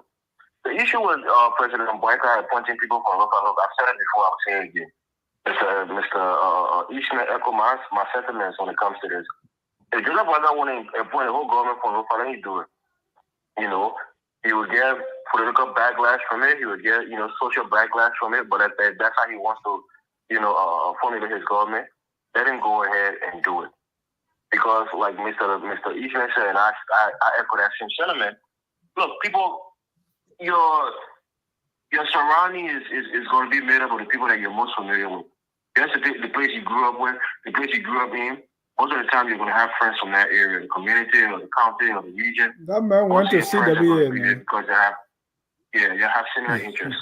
So if he wants to do it, fine. But nobody can tell us that his government is not disproportionately made up of people from Lofa. It don't mean that the majority of the appointments from Lofa, but just based on the proportionality of the population or the region is disproportionate compared to to that of other regions.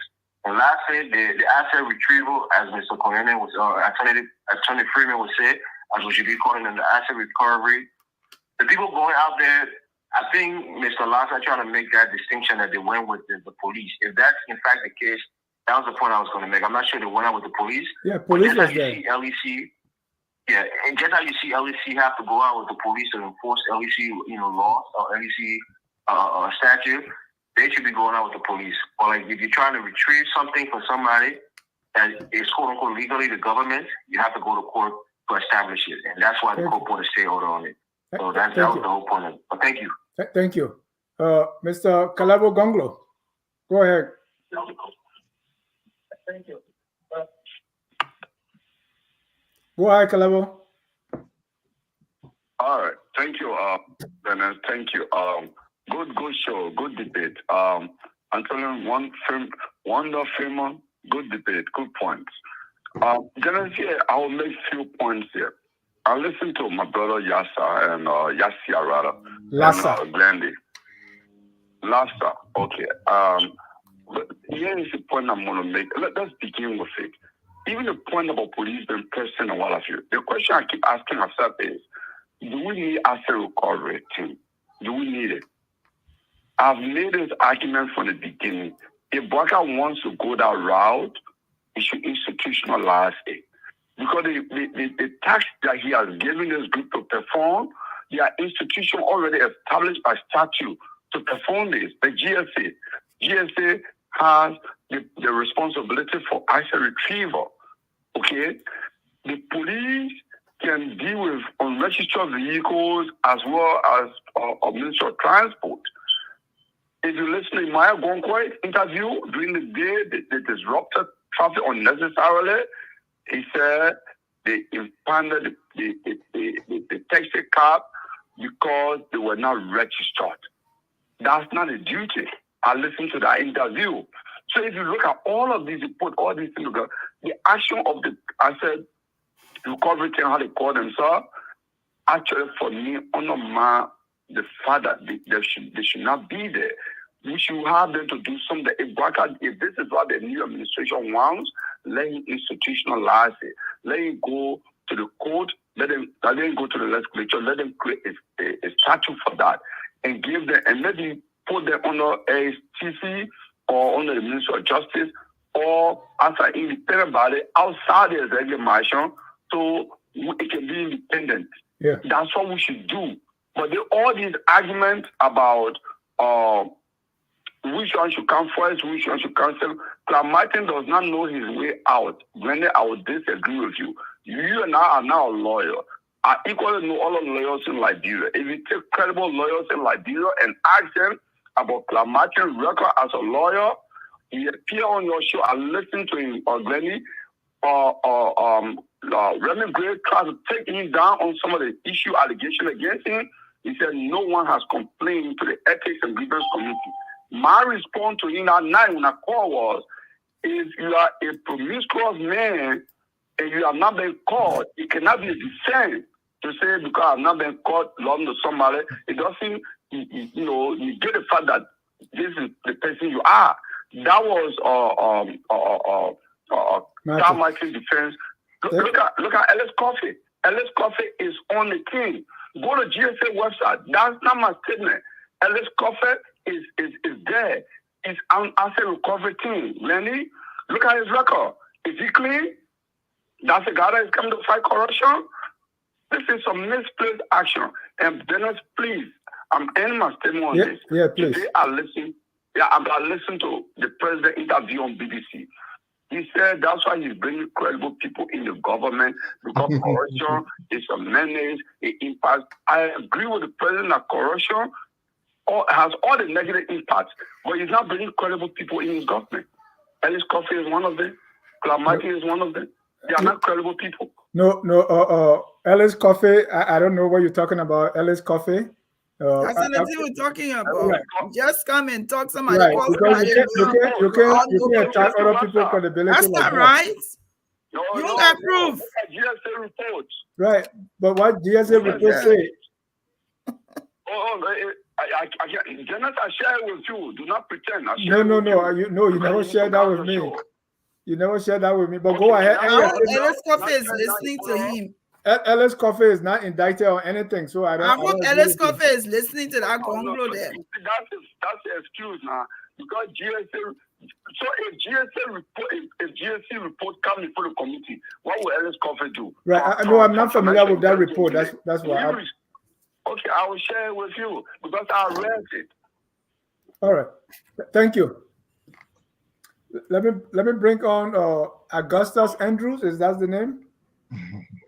Augustus Andrews, 585 area code. Yeah, it's Augustus Monge. Thank you so much. There are certain things that when we listen to sometimes, especially me, I really call because since then he can really press on button, especially with how she can be biased in her analysis. Biased to you. I have my opinion, you have yours. Hey, you can't tell me I'm biased. My opinion is not your opinion. Don't tell me I'm biased. Dennis, it has to be different from yours. Don't tell me I'm biased. That's my opinion.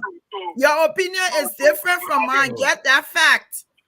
You don't have to agree with what I say, but that's my opinion. All right. Thank you. Go ahead, Augustus. Just make your point. Okay. Yeah, I'm going to make my point because definitely the same way she has the opportunity for X amount of hours and give her opinion. This is my own opinion.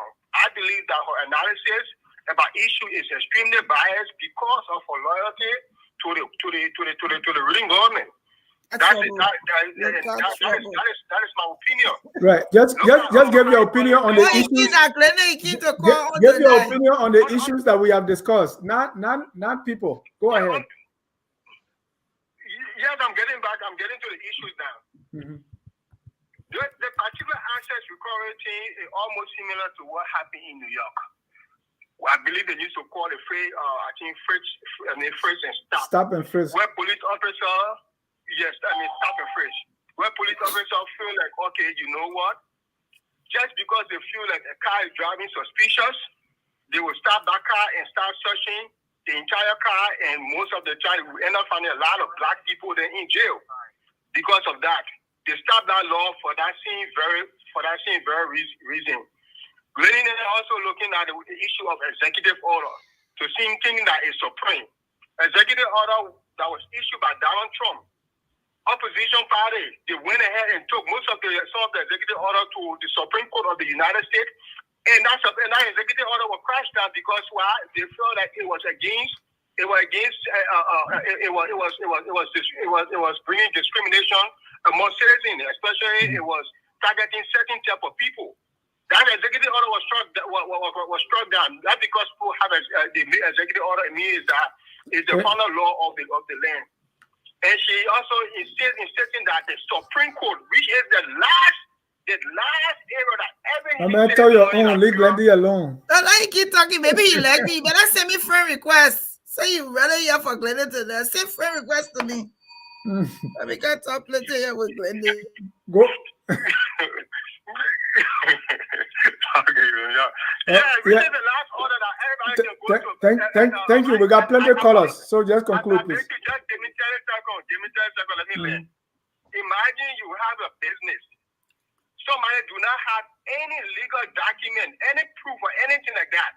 They just come to your business and try to put a stop to your business. You have nowhere else to go. No, now we no longer do. I mean, we are trying to have a peaceful country. The only place you can think of is to go to the court. You went to the court to go cry and say, okay, this is my business. They are taking all my property. Every means I'm able to make money, my driving license, that's all get paid. That living income, everything I put a stop to it without no proof that I have done anything wrong. But they're saying that I should get proof that I'm clean. That is not a way to operate. People have to be fair in the way how they operate. Especially those people who just recently was on radio accusing the same people that before they even got our authority that those people were corrupt, those people were thieves. Immediately they got our authority, they're going to go shut that business down without no investigation, without no evidence that those people have done anything wrong. That's only based on speculation. Thank you. I rest my case. Thank you. Let's bring on Ms. Tavina Cole. Tavina, how did I miss all of this tonight? Can you hear me? Yes, please go ahead. Good afternoon, good morning, good evening, and happy Good Friday. There's too much to talk about, but let me speak to the asset recovery because that's the one that's very dear to my heart. I do have some concerns there. First, the formation of the team. From the moment that I saw they had this, whatever his name is, Clark Martin, I had some concerns with that, as well as Martin Colley, and I love Martin very much. But the thing that we learned professionally about independence, and that's where they're missing. You cannot have this man who has issues with the previous government to be the face of this asset recovery. It would just look like, he's on this rant to revenge. Same with Martin. Martin's been on this government, the past government, forever. And now you're going to put in a committee to go and confiscate or arrest or do whatever they're doing. It just doesn't look right. It just looks like they're on the revenge game. Typically, you have to be independent. And you have to be independent.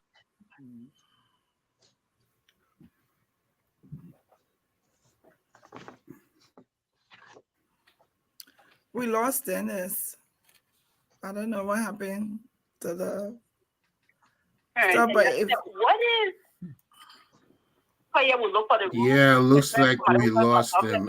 In the meantime, what we'll do is simply do the work they're doing, and I have yet for somebody to show me the statute that you're standing on or regulation that's backing them to go on this whole thing that they're going on, and obviously it is clear because they don't have a standing. That's one of the reasons why the Supreme Court really gave them a slap in the face, because that was really a slap in the face, regardless it was for what her name, Tina Bondo, but pretty much a slap in the face. So I think it's about time that it recalibrates, and the president needs to take this Martin man from being the face of this. Whether it is all good intentions, but it doesn't look that he is independent in fact and in his action. And that is one thing that every professional organization or group must have.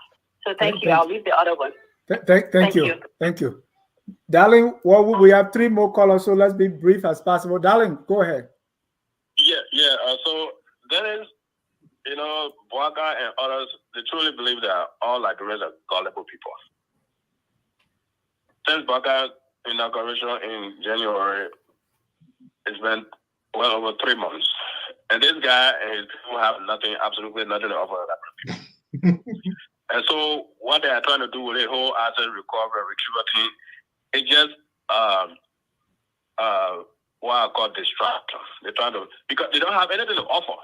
So they say to themselves, okay, we made a lot of promises to these people. These people are hungry.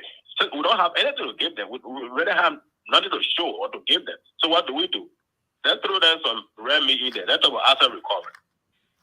Then do you really think Joe Boakai wants to recover assets or to retrieve government property? Yes, I believe. If he really wants to do that, He knows the procedure. Boakai has seasoned lawyers in Liberia that were advising on what to do, the right thing to do. But they really don't want to do that.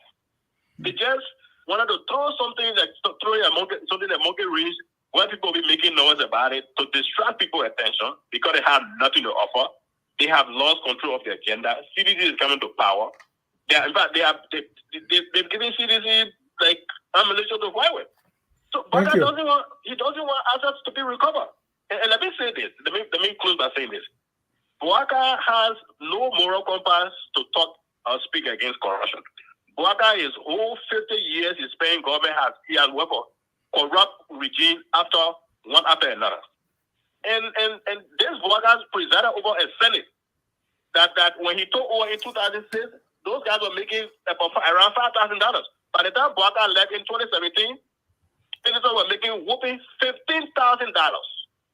You explain that to me. This very Boakai presided over a Senate that signs a book of concession agreement into law. Boakai doesn't have the moral compass to talk about corruption. Boakai is Boakai.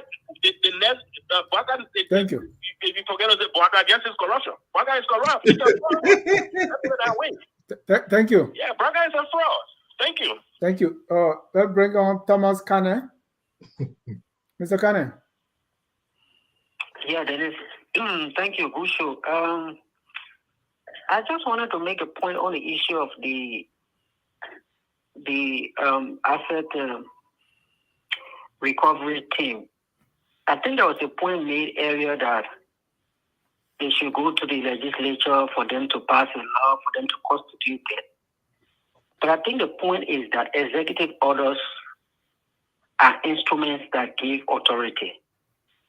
It is not every institution in the government, in some instances, that start with an act of the legislature. There are institutions that can exist under executive orders. The only thing you have to do is you have to extend the executive order every year. I gave you an example. The predecessor to the Land Authority today, which used to be called the Land Commission, existed under executive order throughout all of its existence. It is only with the Land Commission transition to Land Authority that the law was passed for it to become a land authority. So the executive order gives the authority to the asset recovery team to do their work. The only point I want to make is, and I think everyone is making this point, they were established to retrieve two kinds of assets, fixed assets and liquid assets. And I think for me, where they will bring a lot of benefit to the country is on the liquid side. So they need to be very careful with this fixed asset thing. The money that people have stolen from Liberia is more than the worth of any car or any vehicle.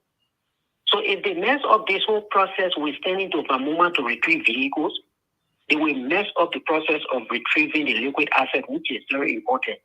Now there is already a kind of advocacy in the legislature against them that if they want to approach the asset recovery process this way, they will not even pass the budget to give them the resources. There are a lot of people that will be impacted if the actual liquid asset retrieval process goes on. So they need to be aware of that and proceed cautiously. If not, they will just destroy this thing from the very beginning. Thank you. Thank you. Our last caller here is Solomon Simpson. Oh, Solomon, hang up. All right.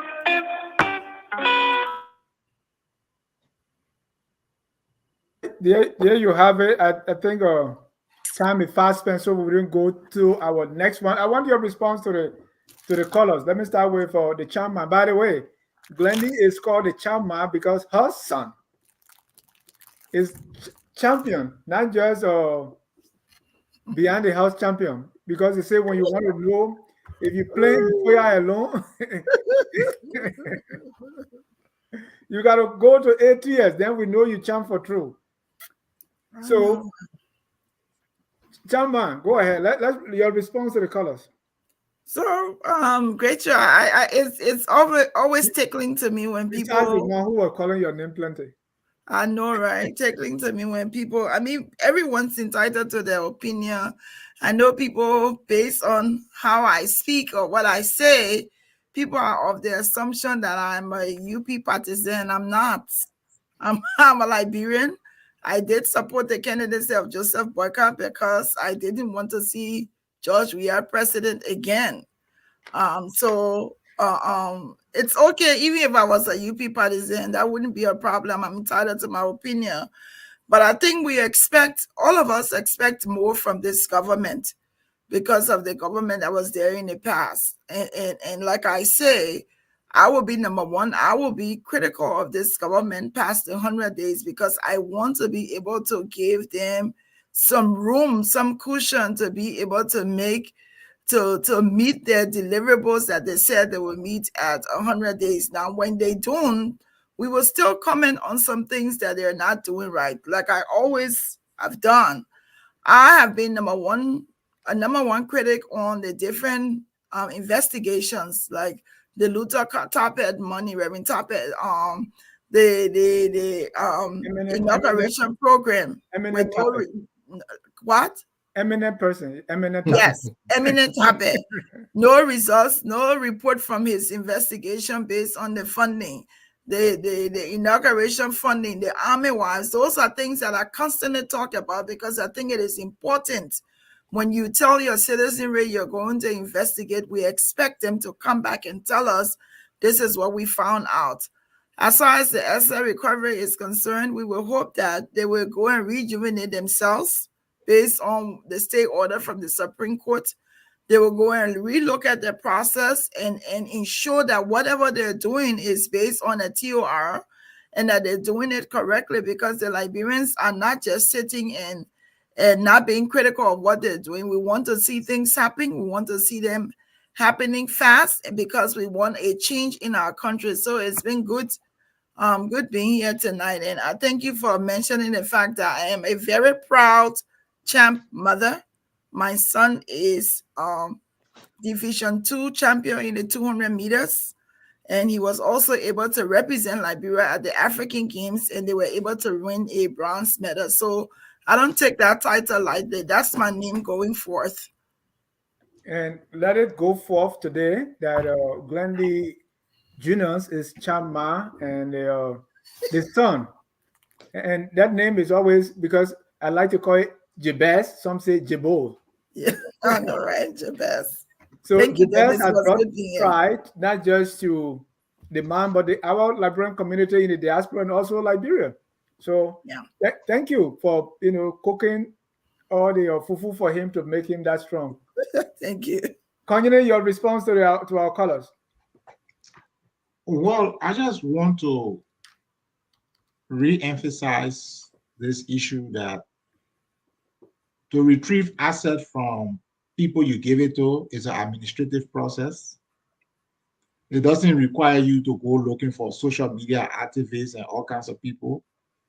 You just go back to the agency who gave them the asset, and the agency will get it back from them. Asset recovery is a strictly legal process. At the end of a criminal litigation or a completely civil litigation, so it's strictly legal. Everything about asset recovery has to do with the court.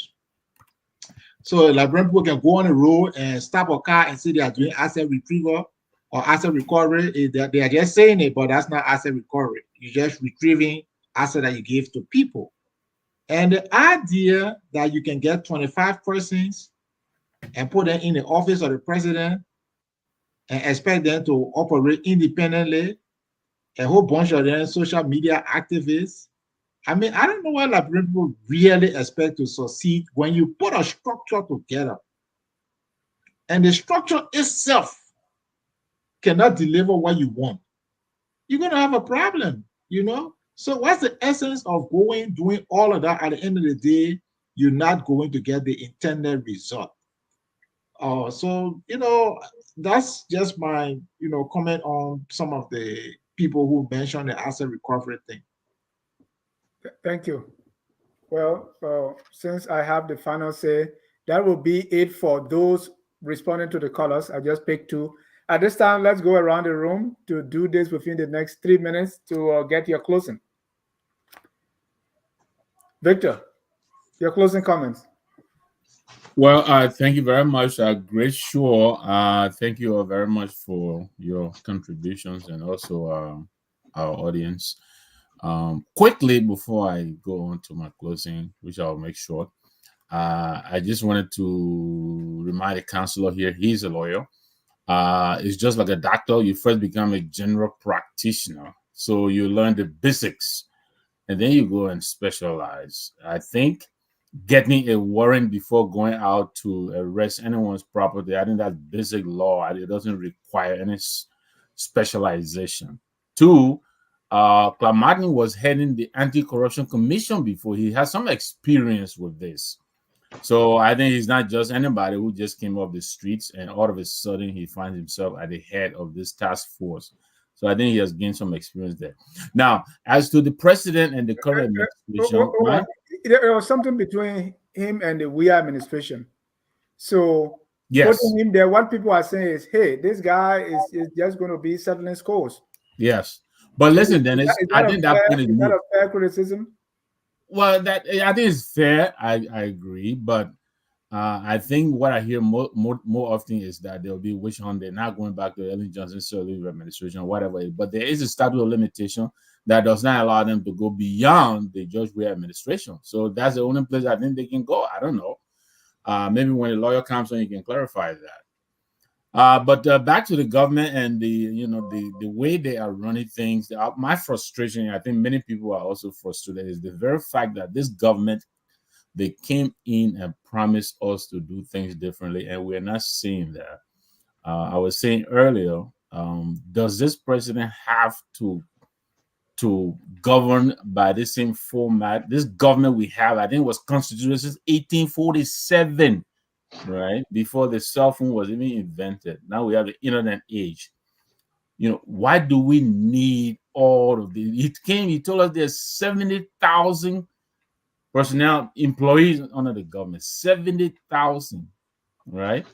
So the wage bill annually is almost $300 million, right? And now the current budget, 95.7.5% of 92.5% of this going to salary and vehicles, recurring expenditure. This is not what we expected. This is not what he promised, right? He could take this country and collapse all these counties into 3 or 4 regions or 5 regions. We don't need 15 counties. We don't need 5 counties in the Southeast. We don't need that. And every county has its own local administrative structure, from superintendent down to mayor. From superintendent down to mayor. We don't need all of that. Why do we need that? Why do we need so many ministers in the government? You have the minister proper, you have deputies, 2-3 deputies in some instances, 2-3 assistant ministers in some instances. Then you have the directors. Then every county has education. For instance, there is a county education officer, the minister of education. Then you have all the deputies, and yet every county has its own officer. The same thing with agriculture. The same thing with health. Well, when is he going to take the knife to this fat in the government? This is what I was talking about. This is some of the places he could go to save money and grow this economy. We don't see that happening. So they bring back budget. Before they came in, a budget was cast by the outgoing government. They rejected that budget. That gave some of us hope. We said, okay, so they're going to fashion this budget into their own aspirations. They brought it back. They brought it back worse than it was when they were giving it to them. So where is the statement? Where is this president taking us? That is what concerns most of us. I said here last night, does he really have to cast a budget for 12 months? He could do it in quarters. That will give him time to master what is going on and adjust the budget. He can come every 3 months and request approval. So we're watching. We're getting increasingly impatient and frustrated. We think they can do better. They're just refusing to do so. They're being lazy.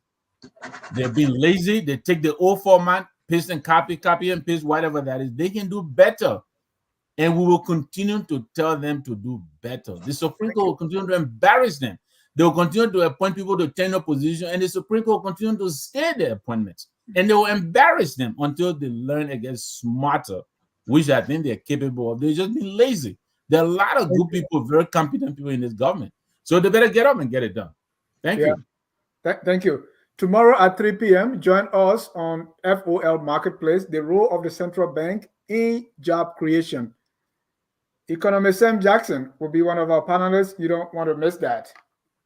Also, on Sunday, you're going to have On Point. That's Sunday, 4 p.m. This is where the unabashed and unapologetic sedition Jerome Gilman conduct this political debate on Point is at 4 p.m. Don't forget also Sunday at 6 p.m. I will be here to host Ambassador Gregory Atus Frank. You don't want to miss that. That's beautiful. That's he's the film Breaking of the Bush that you watch and you enjoy so much. This is the person behind it, and he will be here with me on Sunday at 6 p.m. You don't want to miss it. Glendy, you're closing. Great show, Dennis. It was good to be back here. We'll continue to dialogue on the Liberian issue. We may not say everything that people want us to say, but it's good that we're discussing Liberia. We hope that the Liberian government is paying attention, and we're going to continue to hold them accountable. So it's been good being here. Thank you. Attorney Freeman. Okay, Dennis. So on the tribalism thing,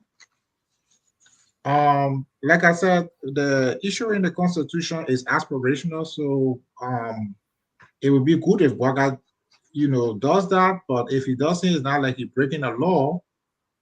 But I think there are political backlash when people perceive you to be biased and operating in a sectionalized manner. Of course, they I'm sure they want to run again. So if you don't make a big tent where you accommodate people of all shades and all sections and tribes, you're going to have some political backlash. On the asset recovery, this is a total, complete witch hunt that needs to end. We have the MOJ, we have LACC, we have FIU, we have GAC, we have IAA, and we're supposed to have the office of the ombudsman. That's 6 agencies that you are paying. The idea that you have 6 agencies to fight corruption and you leave those 6 agencies and establish a 7th agency, it makes absolutely no sense. Maybe it makes sense to other people. For me, it makes no sense whatsoever. Then to crown it up, you put 25 persons on a committee, most of them social media activists, and you put them in the executive mansion and ask them to fight corruption. It doesn't make any sense to me. The other thing I want to say, especially when it comes to fighting corruption, what Boakai does is far more important than what he says. There was a Unity Party corruption. He has not done anything about it. There was an inauguration corruption. He has not done anything about it. There are sanctioned people that he should be investigating. Instead of investigating them, he forged a political partnership with them. There is a sales of the Liberian passports that he should be investigating. He hasn't done anything about that. So to do something about these things is far more important than to make speeches to the BBC and CNN about corruption.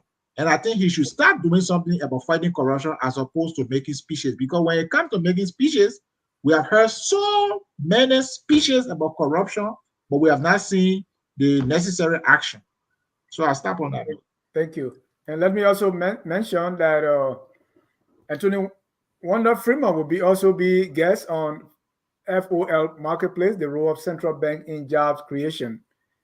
Samuel Jackson, Wanda Freeman, Percy Harris, Gabriel Carter, and of course, Jimmy Eastman. We're going to be here to talk business, finance, economics, and everything in between. So no woman, no finance. Yeah. No, the women don't come, and we can't stop the show. We got to move on. The show got to go on. Yeah, the show got to go on.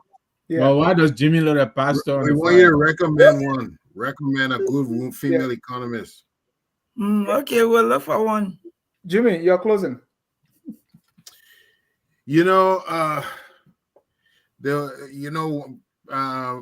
Professor Lumumba said that Africa will be recolonized in the next 30 years. And that is because with the way we're going about running our business. We always hear from the 80s, the 70s, we heard of for the masses and the cause of the people. But what we're looking at, that some people, they say that, but when they get there, they're in the cause of themselves. We want to see Liberia advance, but we always notice that people, they say one thing, but soon as they get there, and they know how to disguise it properly, until the end you find out that they were always there for themselves. We need to start erecting mechanisms that will stop this before it goes very far. The procedures that they're putting in place right now, we already seeing there's some flaws in them. It's not comprehensive. It did not do the proper investigation. It did not have the proper legal framework set up. We already seen some telltale signs. So we need to bring it to our government attention that if they're not careful, they will fall in the same vein as the past administrations. And our country is breaking down. If we realize we're not even a shadow of what we used to be, when will this stop? We can't just keep on thinking everybody come, they cut their own and they go, they cut their own and they go, they cut their own and they go.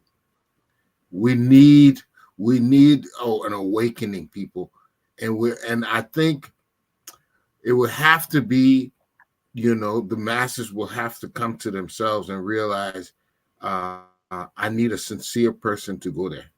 Not everybody who say vote for me means business, but we would need to know them by their track record. And I'll leave it right there.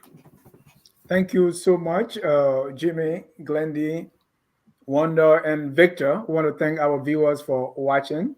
Those who call in, those who commented, those who even will watch later. Always focus on Liberia, where we educate, we elevate, and promote all things Liberia. One of our viewers wrote, say, the reason I love Focus on Liberia, 7 reasons why I love Focus on Liberia. The hosts and reporters are professional, balanced, knowledgeable, and go after the truth. It is like going to a restaurant with a lot on the menu: history, literature, business, health, politics, religion, justice, and much more. The guests and panelists are knowledgeable, well articulate, and very cordial. The content is so rich that every time I watch, I learn something new. It is a breath of fresh air, no insults, gossip, lies, personal attacks, and noise. The commitment, dedication, and consistency in presenting accurate and information is exceptional. And the last one, the creativity in the shows and topics presented is not anywhere else. And I agree with that. Congratulations. Focus on Liberia. Thank you again. At this time, we're going to close with our song that says, whether you think the asset recovery team started wrongly or rightly, we are all Liberians and we are all fighting for the same goal. We need to remember that. That's why we end with the song that says, we are all Liberians. Have a good night and God bless you. We are Liberians.